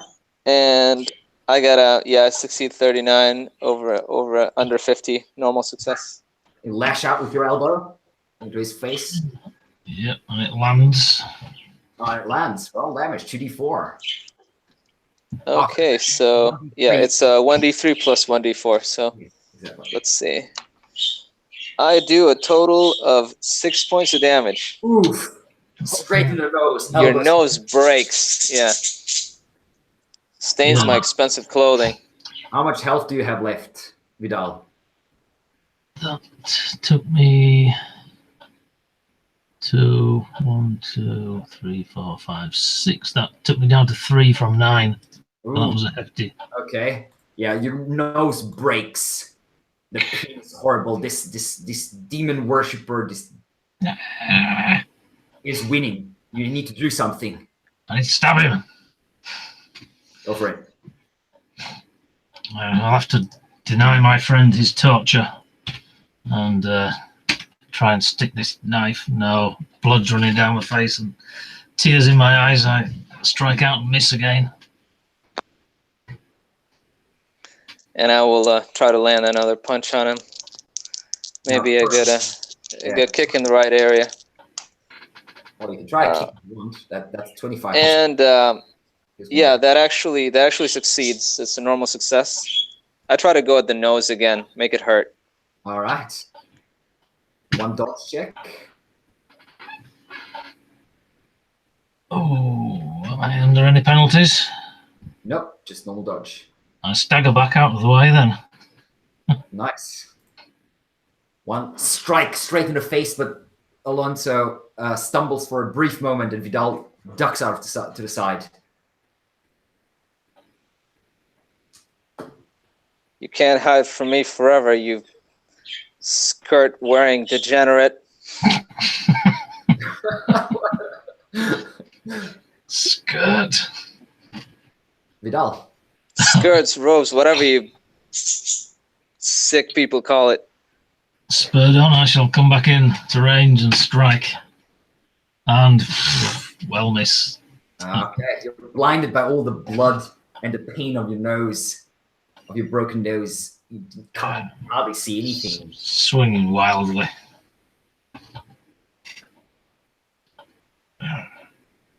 How dare you! Skirt indeed. I'll show you how we fight in the tribunals. But I miss as well. Yeah, you're just circling each other now. Lash out, swinging, ducking. I just swing wide. It's like the Three Stooges. I almost lose my footing. Come we hear Savanta's riding off after Sister Helena? Well, Is he sticking around? He can't reach the reins. Yeah, I mean, he could try to like lean forward and bite the horse's neck, I guess. Yeah, well, he can't because there's a large bottle of something in his mouth. That's right. That's right. He's just basically trying not to die at the moment from all the perfume that's like. I guess he could like kick the horse's sides. That's the only thing he can move at this moment. He's kind of trying to do that, but the horse is just veering off to the side. It's not like running. All right then. And he also just had a slightly traumatic experience of having a weird thing leaving his brain. Don't worry, Manuel. I'll get you. I'll get that idiot off you. Anyway, whose turn was it? I forgot. Yeah. Vidal's turn. I missed. All right. I have some bad news for you. I just rolled a 1. Ooh, that's gonna hurt. On the knife attack or fist attack? Fist attack.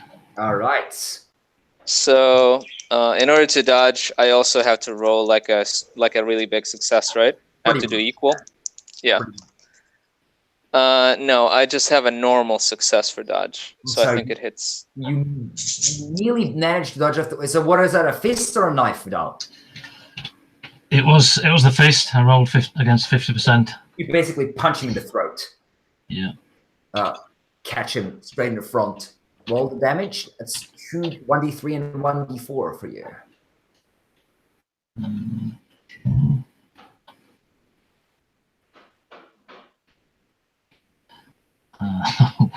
Oops.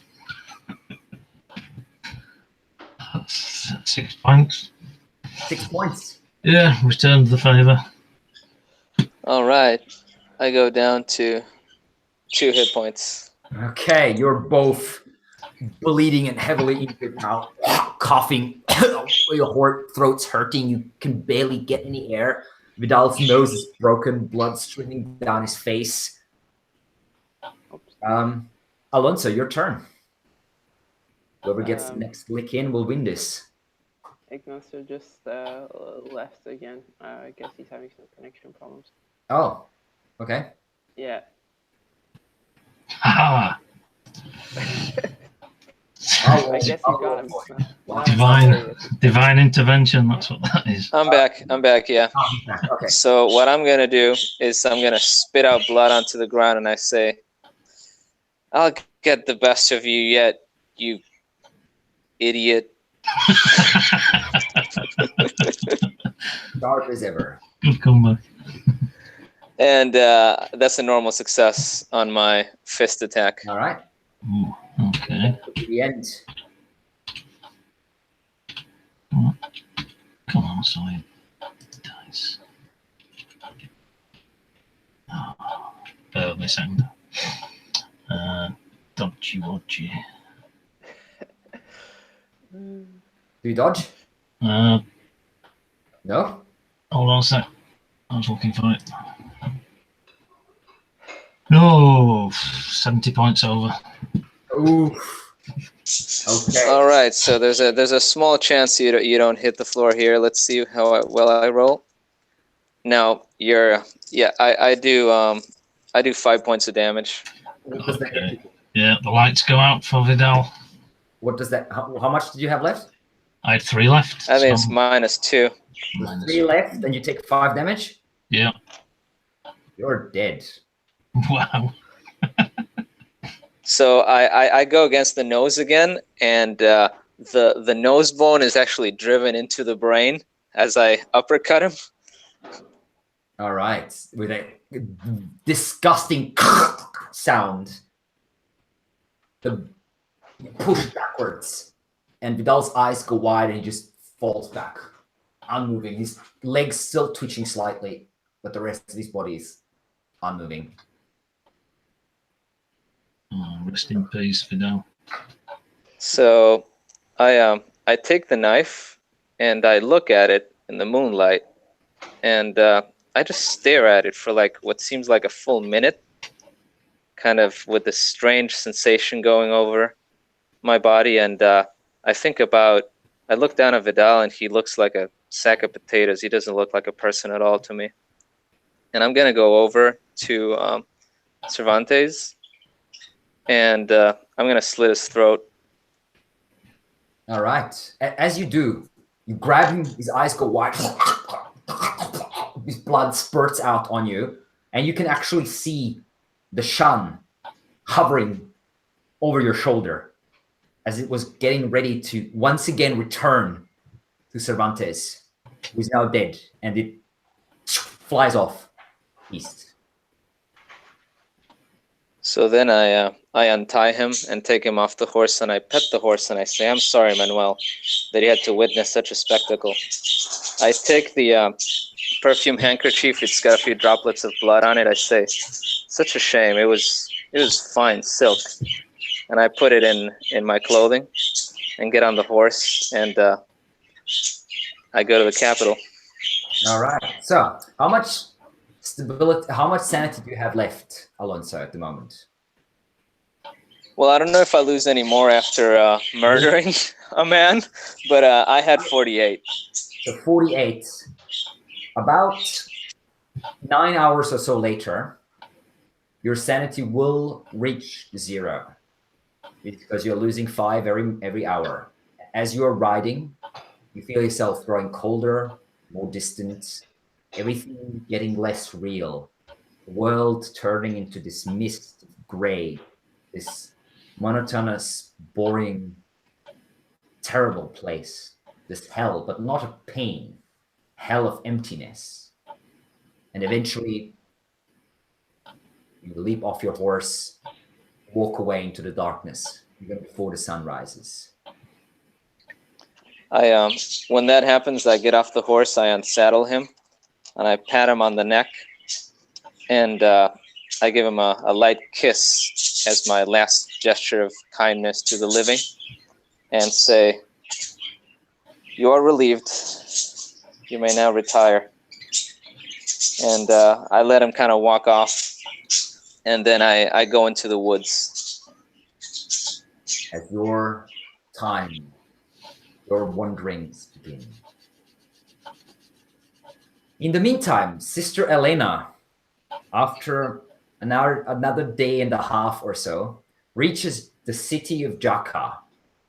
Speaking of horrible demons overtaking the village of Albergue, since she's only a simple nun, it will not be easy to actually persuade the local rulers to lend you military aid, and sending a letter back to the capital would take weeks for any response. Roll me a persuasion check.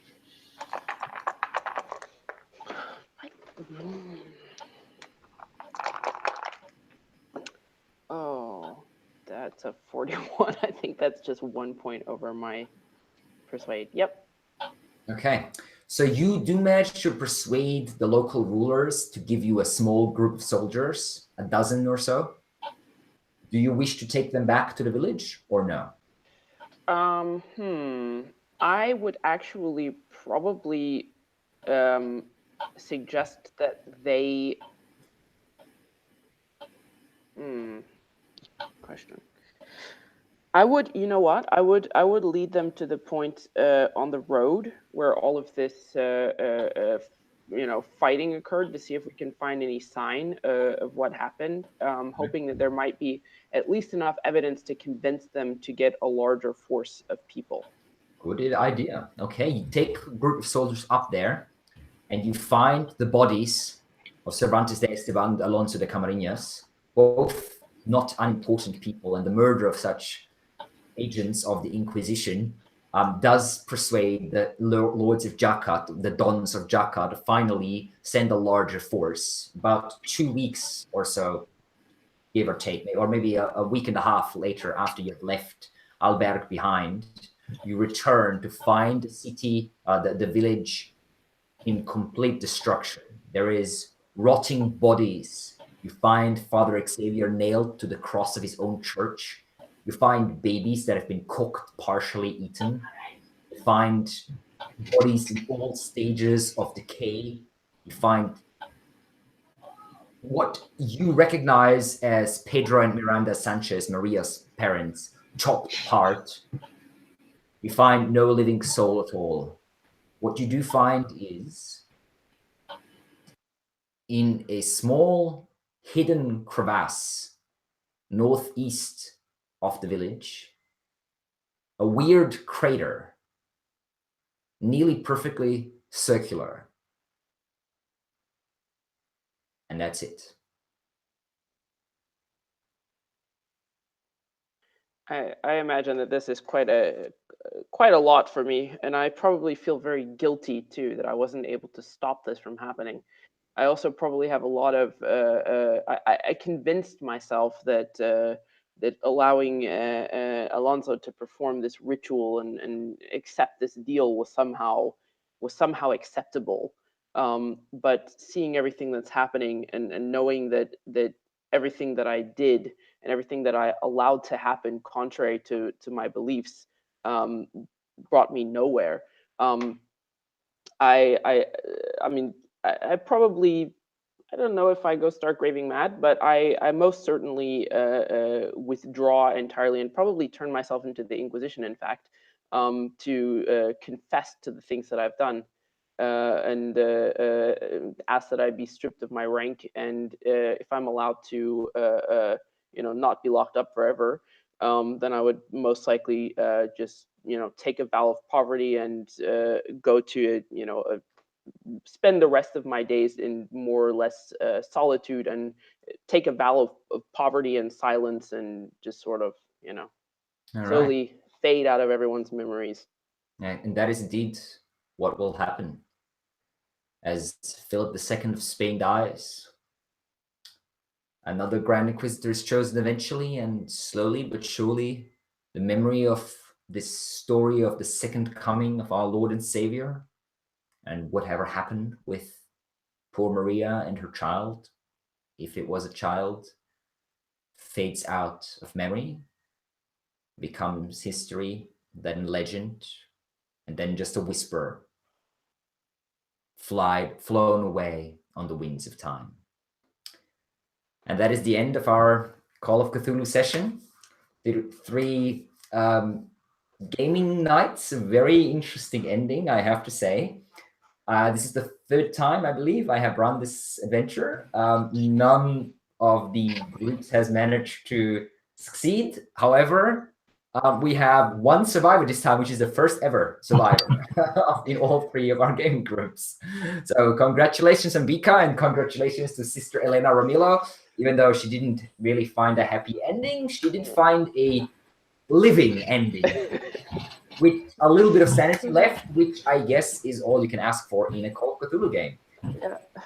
Well, I did not die, and technically speaking, I didn't go insane either. I just stopped being human. You actually, well, I guess most people would actually call that insane, but yeah. Yes, not clinically, but yeah. Yeah, exactly. Interesting. Anyway, the world is a new wanderer, and who knows what happens. Am I actually physically immortal? You are. If you die, you return after a while. There's no way. Oh, that's pretty cool.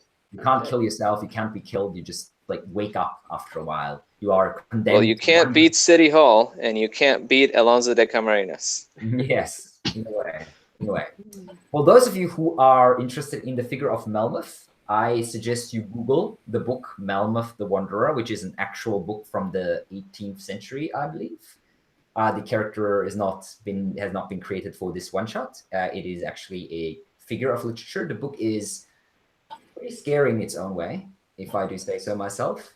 And it's basically about a person trying to find someone who is willing to swap with him. Well, anyway, read for yourself if you're interested. It's an interesting book. Anyway, True Mouse Game says, as always, thank you guys for watching. To my players, thank you for playing, and we'll see you around. Thank you. Bye-bye. Yeah, thanks for running.